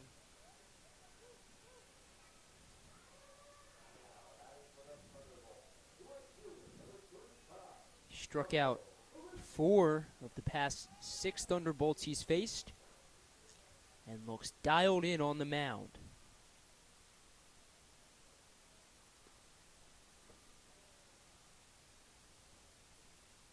Really what makes the Cropdusters a big threat to the league is that we talked about how good they are at hitting.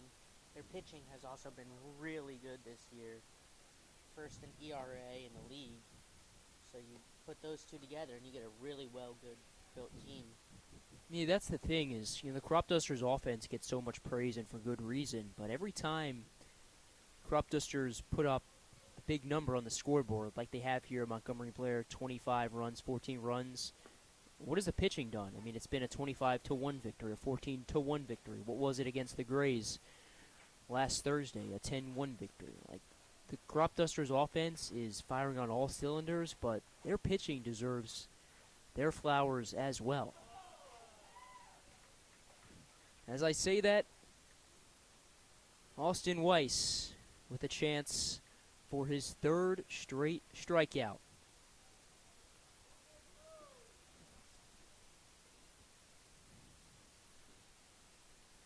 The 2-2. Skied into left center. And Walter underneath it for the third and final out. A 1-2-3 inning for Austin Weiss as we head to the back third of this baseball game. 10-3, the Cropdusters lead.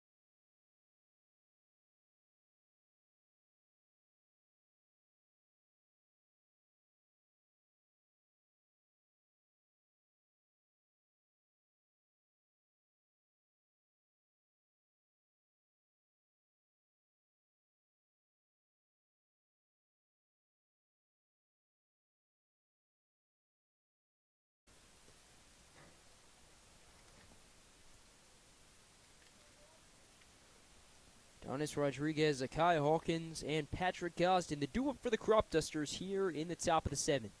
10-3 their lead as they look to remain perfect against the Thunderbolts on the season.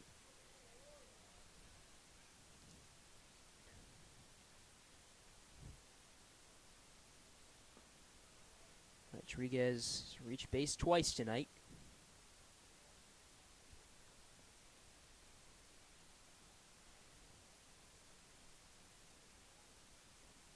Sits with a 1-1 count. The pitch to him clips the outside for strike 2.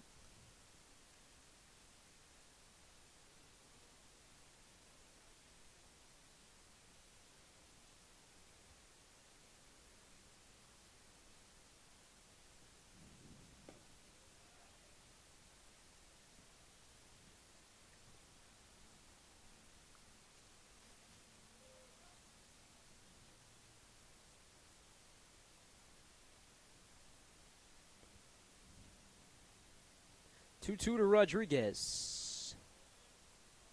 Just misses down low as the count rides full.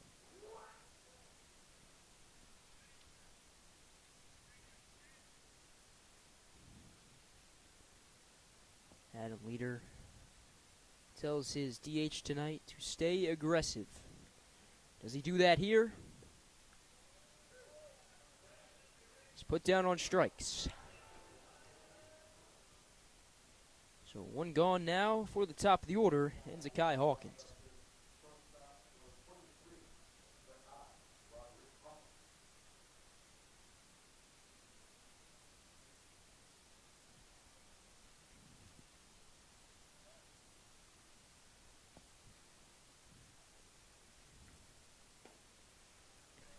Hawkins has been on base a few times tonight.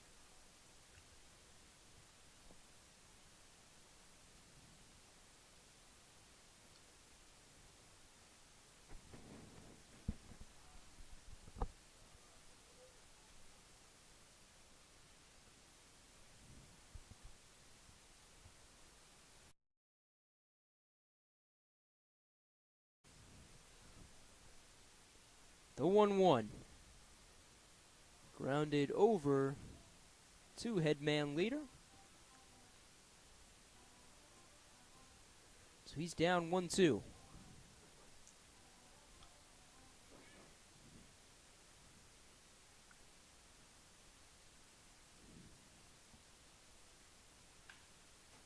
Hawkins, hard ground ball up the middle. So a 1-out single for the Cropdusters leadoff man. Thought about going 2 there, but wisely held up at first. Yeah, it's a smart decision, especially because Hawkins has the speed to steal second base. No need to risk it. As Patrick Gosden comes up into the batter's box.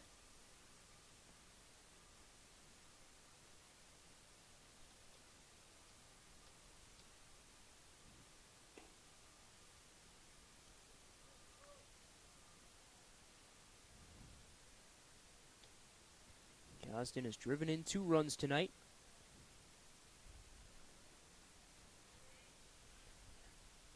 Started the scoring all the way back in the first with a solo shot over the right field fence.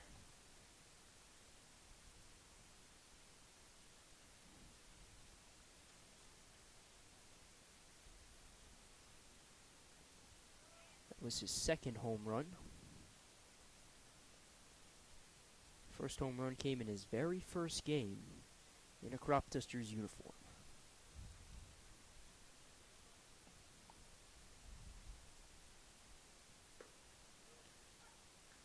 One to him, finds the zone for strike 2.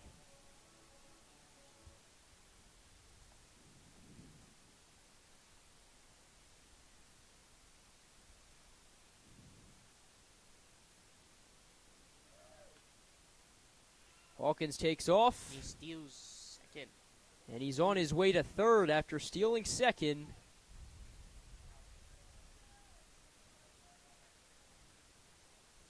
So just like that, another runner just 90 feet away for the Cropdusters.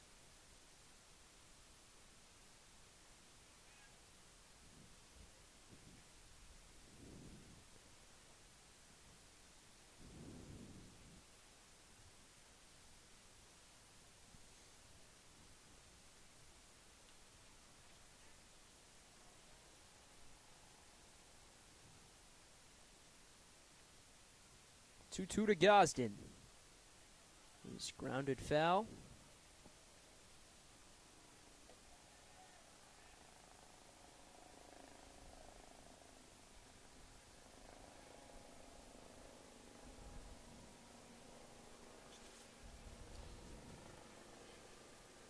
Two again, misses outside. So it's a full count for the 2-hole hitter in Gosden.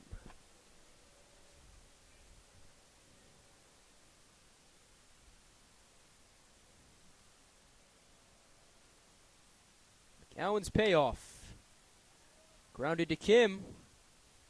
He sends it to first as Hawkins comes across to score.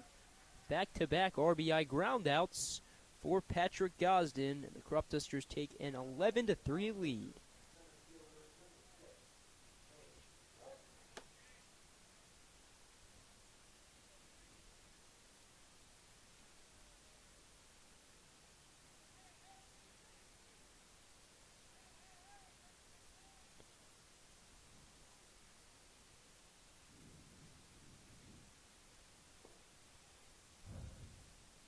So the base is emptied. 2 outs for Cade Walter. He's brought in 2 runs, reached base twice tonight.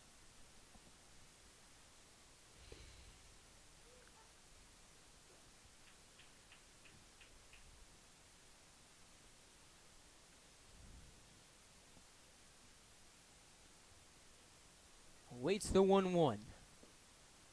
And watches it miss down low. Max Waring on deck should he be needed.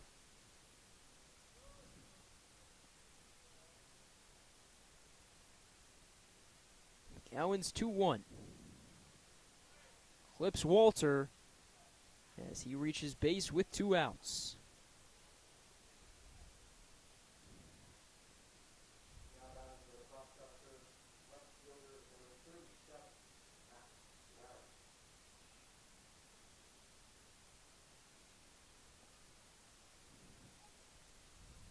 Cropdusters have been hit 5 separate times this game.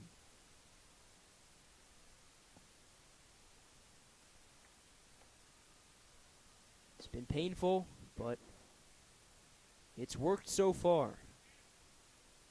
8 runs their advantage.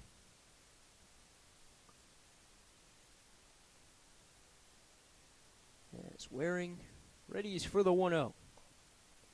It misses away.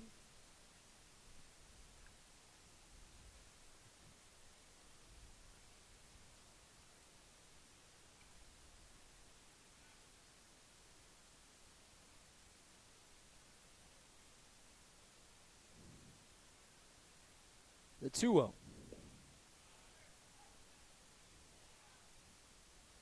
Called strike number 1.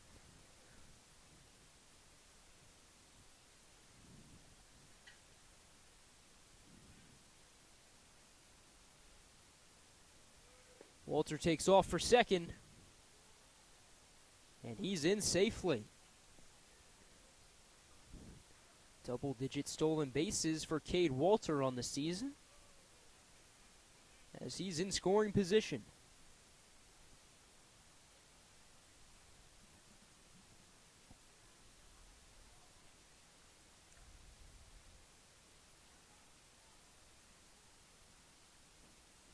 The 3-1. Outside, Waring joins Walter in between the base pads.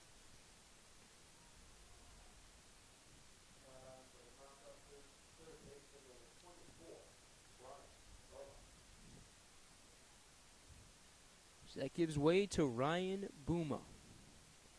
2 walks, a single, and a strikeout for him tonight.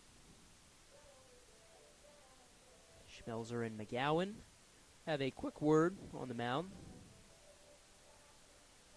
Chance for them to get out of the jam here.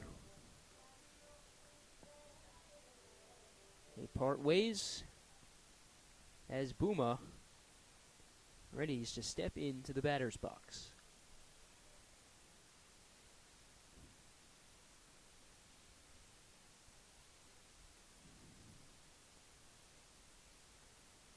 Waring at first, Walter at second.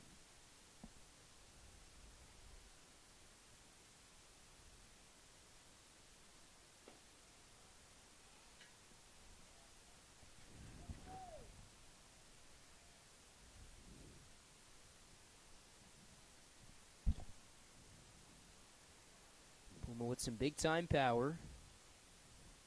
4 home runs this season. Good for second on the team behind Landon Springmeyer. He's got 5 himself.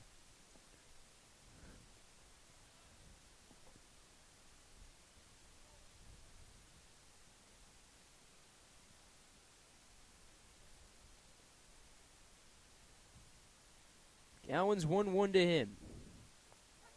Finds the zone.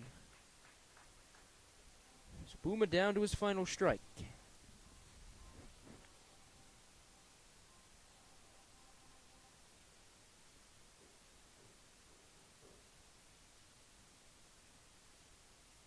The 1-2. Swung on and missed as Buma chases outside. But Patrick Gosden's RBI groundout scores Zakai Hawkins as the Cropdusters tack on another insurance run. 11-3 their lead.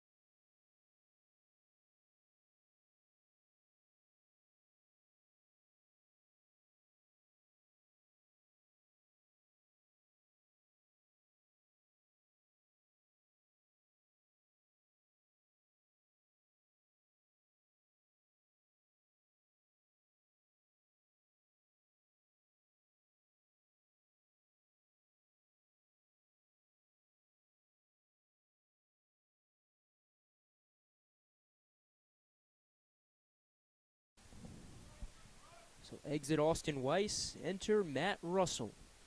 He comes in relief with the Cropdusters, up 11-3, and just like that records the first out of the inning.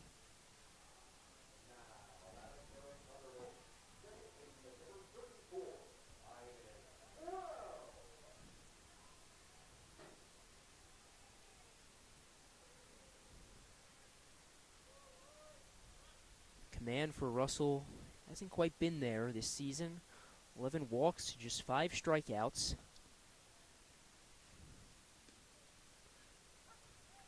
But a great low leverage opportunity for him right here.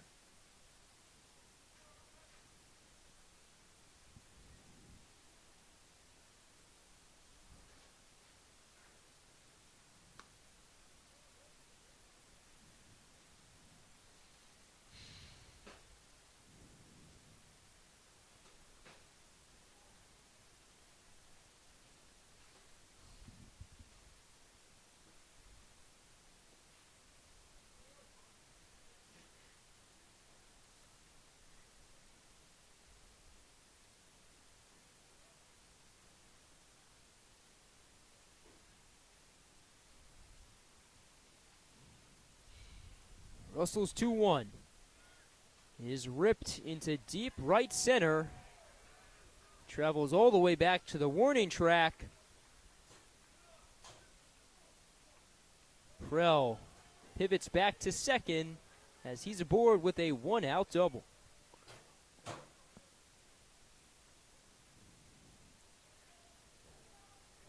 Prell has had himself quietly a very big game. 3 RBI double his first time up. Now another double sandwiched in between those two. A hit by pitch. He's been aboard all 3 times tonight.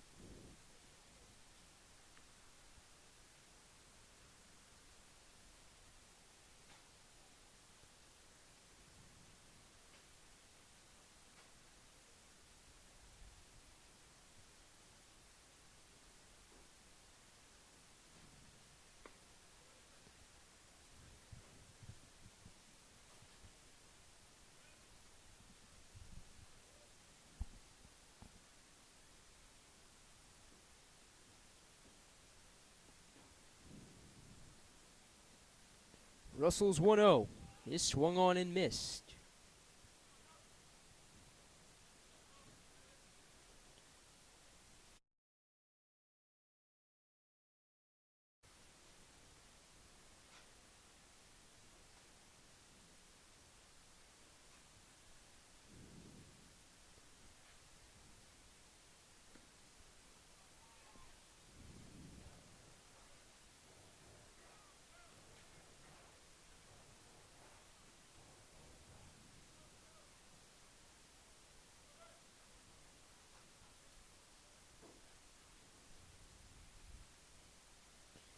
Joey King awaits the pitch from Russell.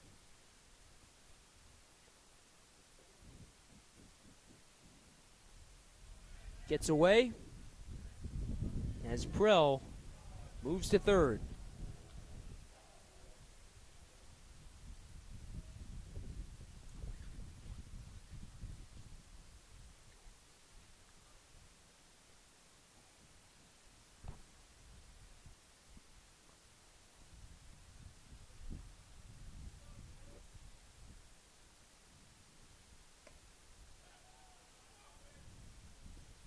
So that ball pushes the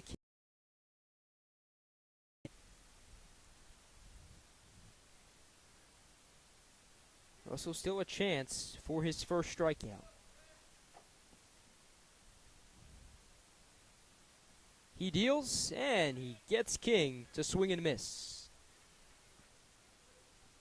Top of the order, still looking to find their first hit. Yeah, it's been a rough night for the top of the order, so much so that they had to put in a pinch hitter for their leadoff man in Gabriel Pegues. Didn't work, though, as King is retired. That gives way to Matthew Kim. He grounds that to Gosden, and just like that, the side is retired. So Russell gets out of the jam as the Thunderbolts strand one. 11-3 our score as we head to the 8th.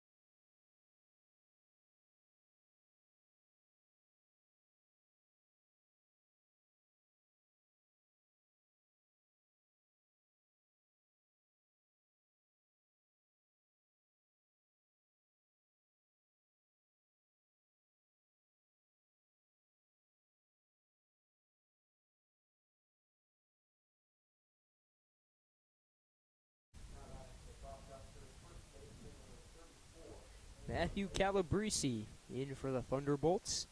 He goes to work against Cade Ahern to kick off the 8th inning here at Montgomery Blair High School. 11-3 the Cropdusters lead. Chance for them to tack on a few more insurance runs with their first baseman up at the dish. Calabrese, a guy with great strikeout stuff. 16 strikeouts in 13 innings pitched so far this season.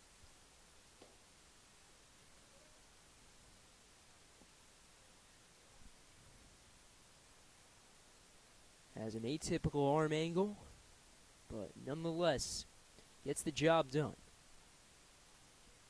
His 2-0 is grounded to first, and Ahern cannot beat out the first base.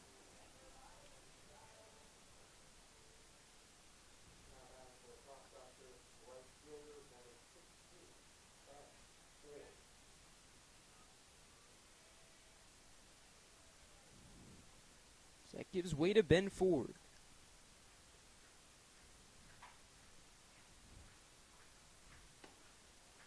He swings and misses on the first pitch. Struck out his past 2 times up to bat.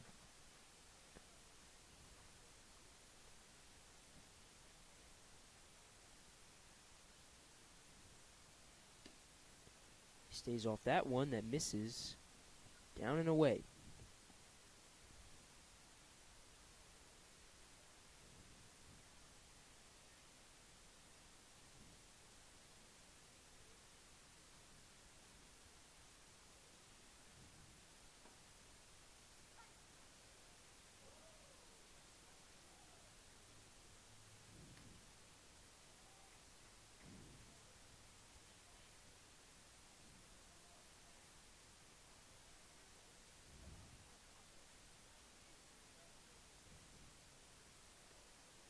The 1-2 pitch to Ford is lifted into the Thunderbolts bullpen. So we'll redo the 1-2.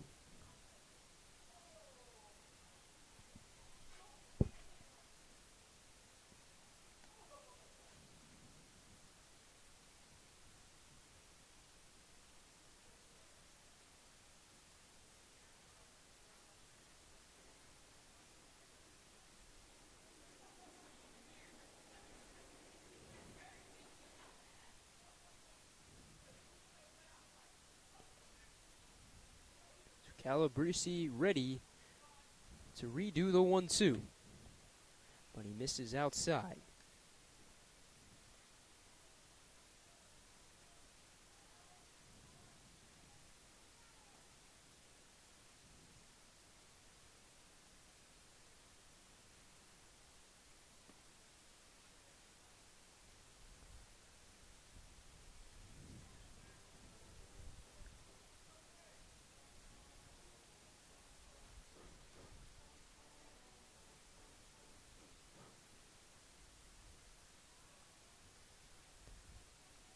Ford's worked a full count.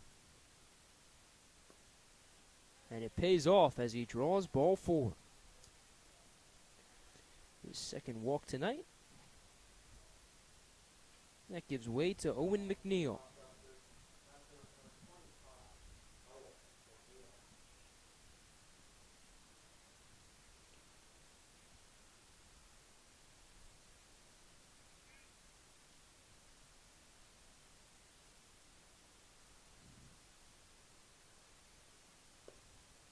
Hefty swing and a miss from McNeil on the first pitch.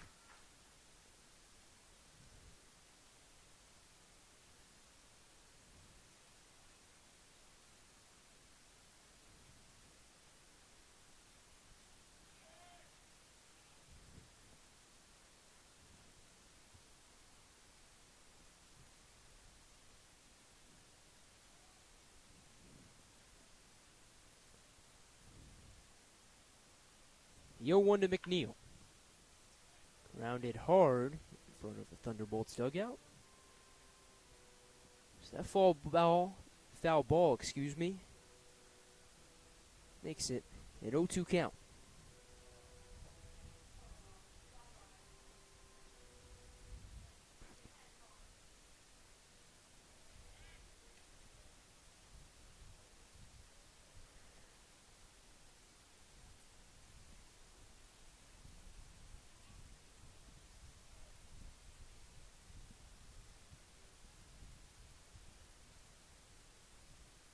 The 0-2. Called strike 3.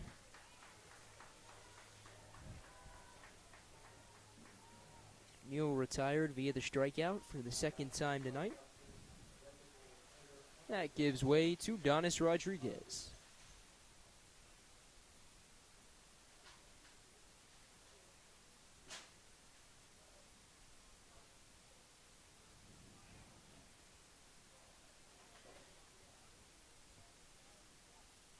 Ford still at first base. Top of the order in Zakai Hawkins. Waits on deck. Should they be needed, that is, as Ford takes off for second. High throw. As Ford puts himself in scoring position.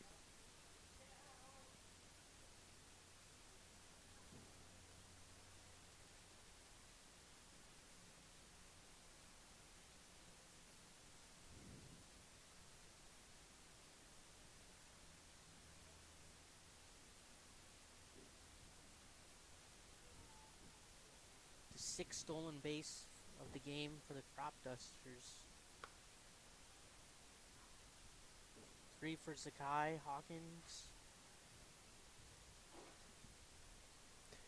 Yeah, this is a full and complete team. Team that plays defense, team that hits.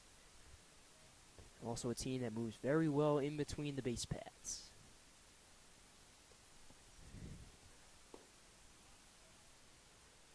So Rodriguez well ahead at 3-0.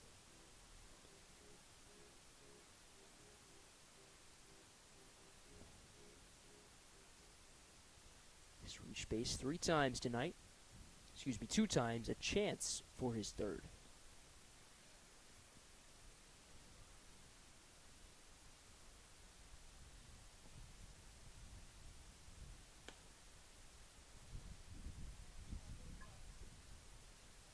So Rodriguez draws the 4-pitch walk.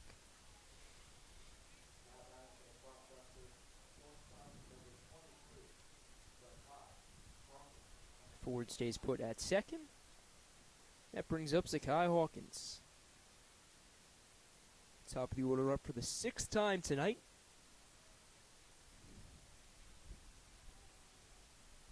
Game that's lasted 2 hours and 34 minutes so far. Breeze coming in now. Feels amazing after the past few days. Near triple-digit heat.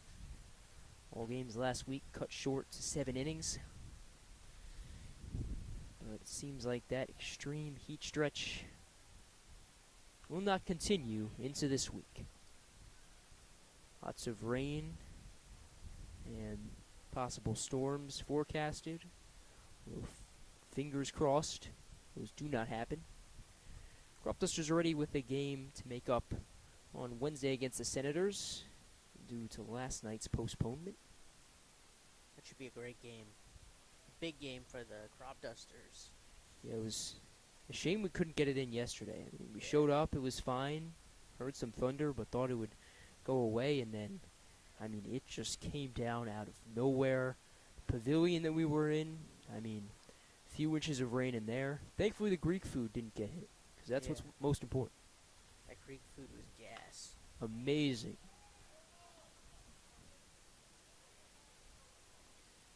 We always thank our host families and those who care for our players with the post-game meals as well. Always do a wonderful job serving our players, interns, staff, coaches, everybody in between.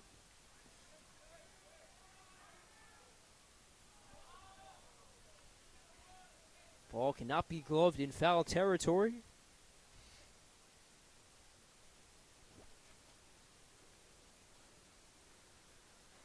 So we'll redo the 1-2.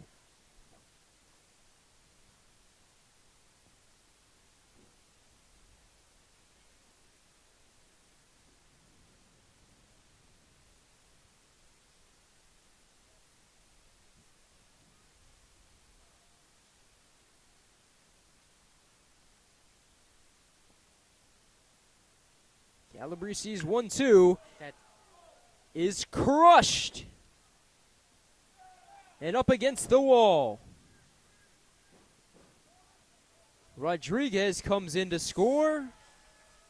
Hawkins, a 2-out, 2 RBI double.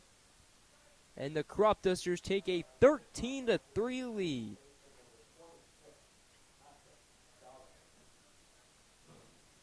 With those runs, the Cropdusters have scored 70 runs this season against the T-Bulls. That is crazy. Yeah, it doesn't even feel real to say. I mean, they've just had their way with the Thunderbolts. As Hawkins caught in a rundown.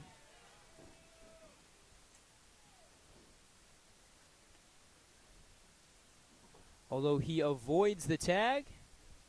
Rain now starting to come in.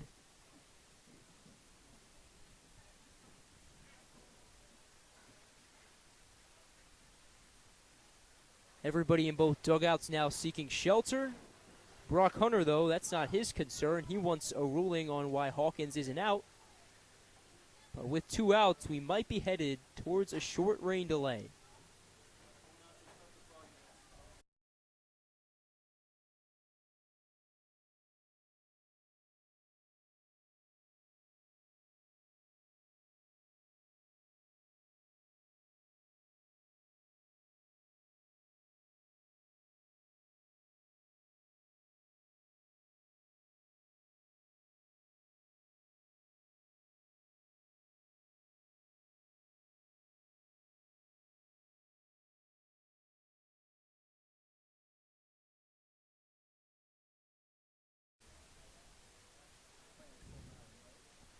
So despite some persistent rain here at Montgomery Blair High School, game moves on between the Thunderbolts and the Cropdusters.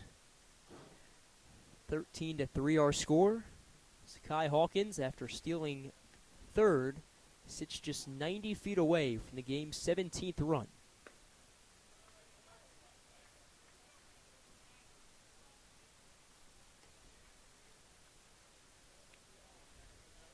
Gosden with 3 RBIs tonight. Great chance here for his 4th or possibly his 5th. Pitch to him. Just misses down low.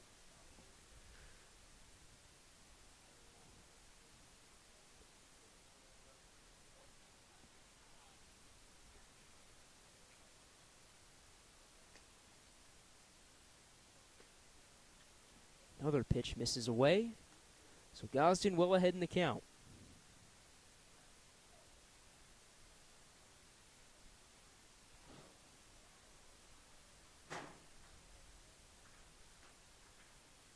Calabrese deals and misses outside for ball 4.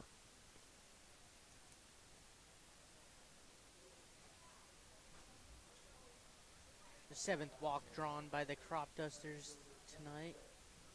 Another testament of them being patient, very patient today. Yeah, we're seeing shades of everything, right? Gosden goes deep to start the scoring, so there's the long ball. The plate discipline has been on full display. A number of walks.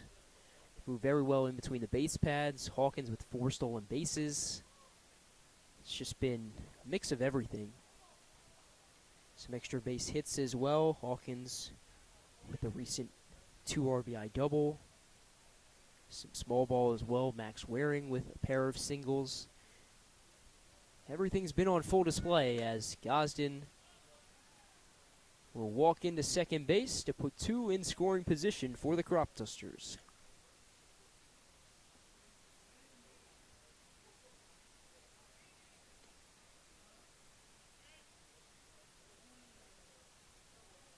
Cropdusters have mercy ruled the Thunderbolts in their previous 2 trips to Montgomery Blair High School. But that will not be the case here.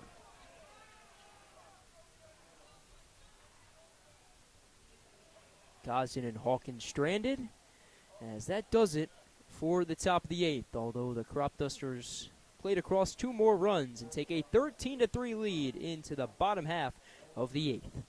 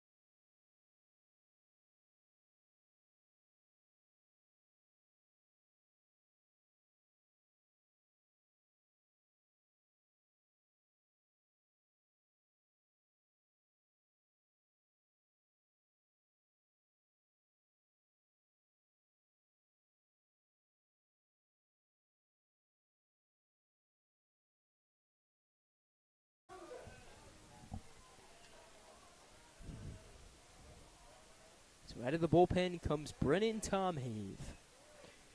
He takes the ball from Matt Russell.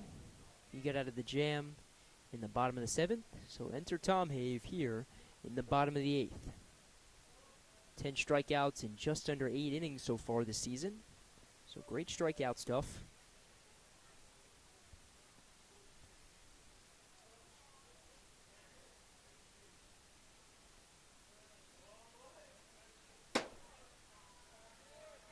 And he clips Sturdivant.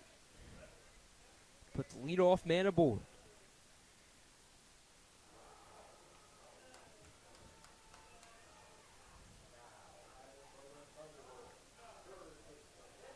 So one aboard for Sam Camacho Jr. He's 1 for 3 with a single tonight. Rain continuing to persist here. It was a beautiful 7 innings of play, but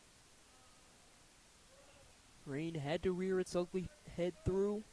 Well, it seems like we will get this game in, unlike yesterday's contest.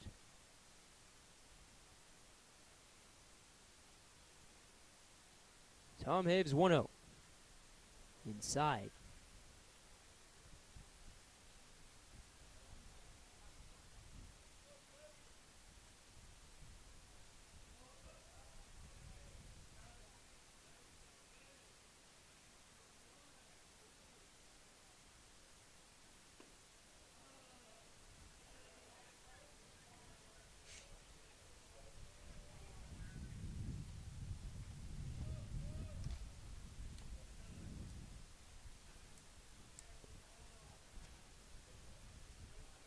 The 3-0. Outside for ball 4.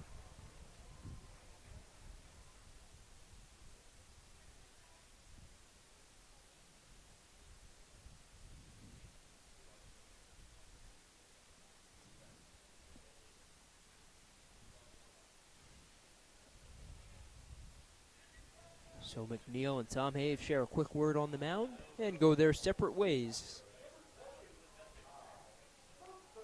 As Kai Schmelzer comes up to bat. 2 runners on for him. No outs here in the bottom of the 8th.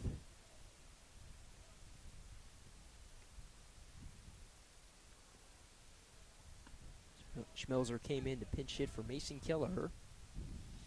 Kelleher with 2 walks. Schmelzer with 1 strikeout.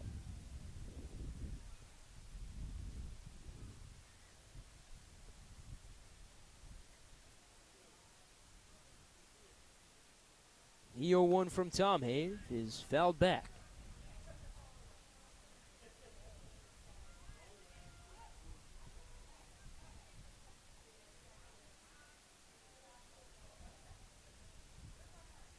And reports of a lightning strike.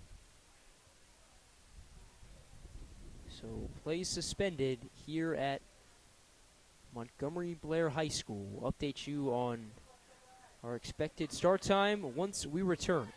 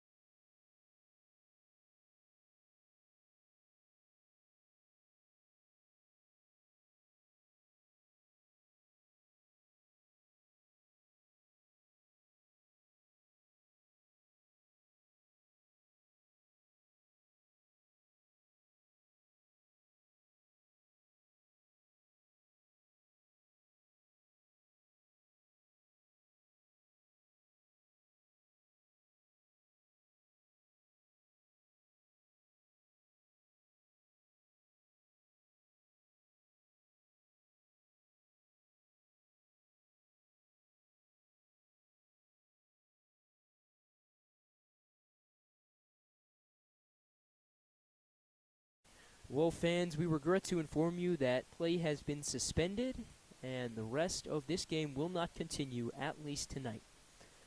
So, Thunderbolts and Cropdusters stopped tonight's contest in a 13-3 only lead here in the bottom of the 8th. The Cropdusters play the Thunderbolts at home on Wednesday, July 15th. So that is the earliest this game, or the final inning and a half, can be made up. But we'll have more word on postponement, resumption, and everything in between going forward. So please monitor our YouTube channels as well as our social medias to stay up to date. But as of right now, in the bottom of the 8th, our score, Cropdusters 13, Thunderbolts 3, play set to resume sometime in the near future.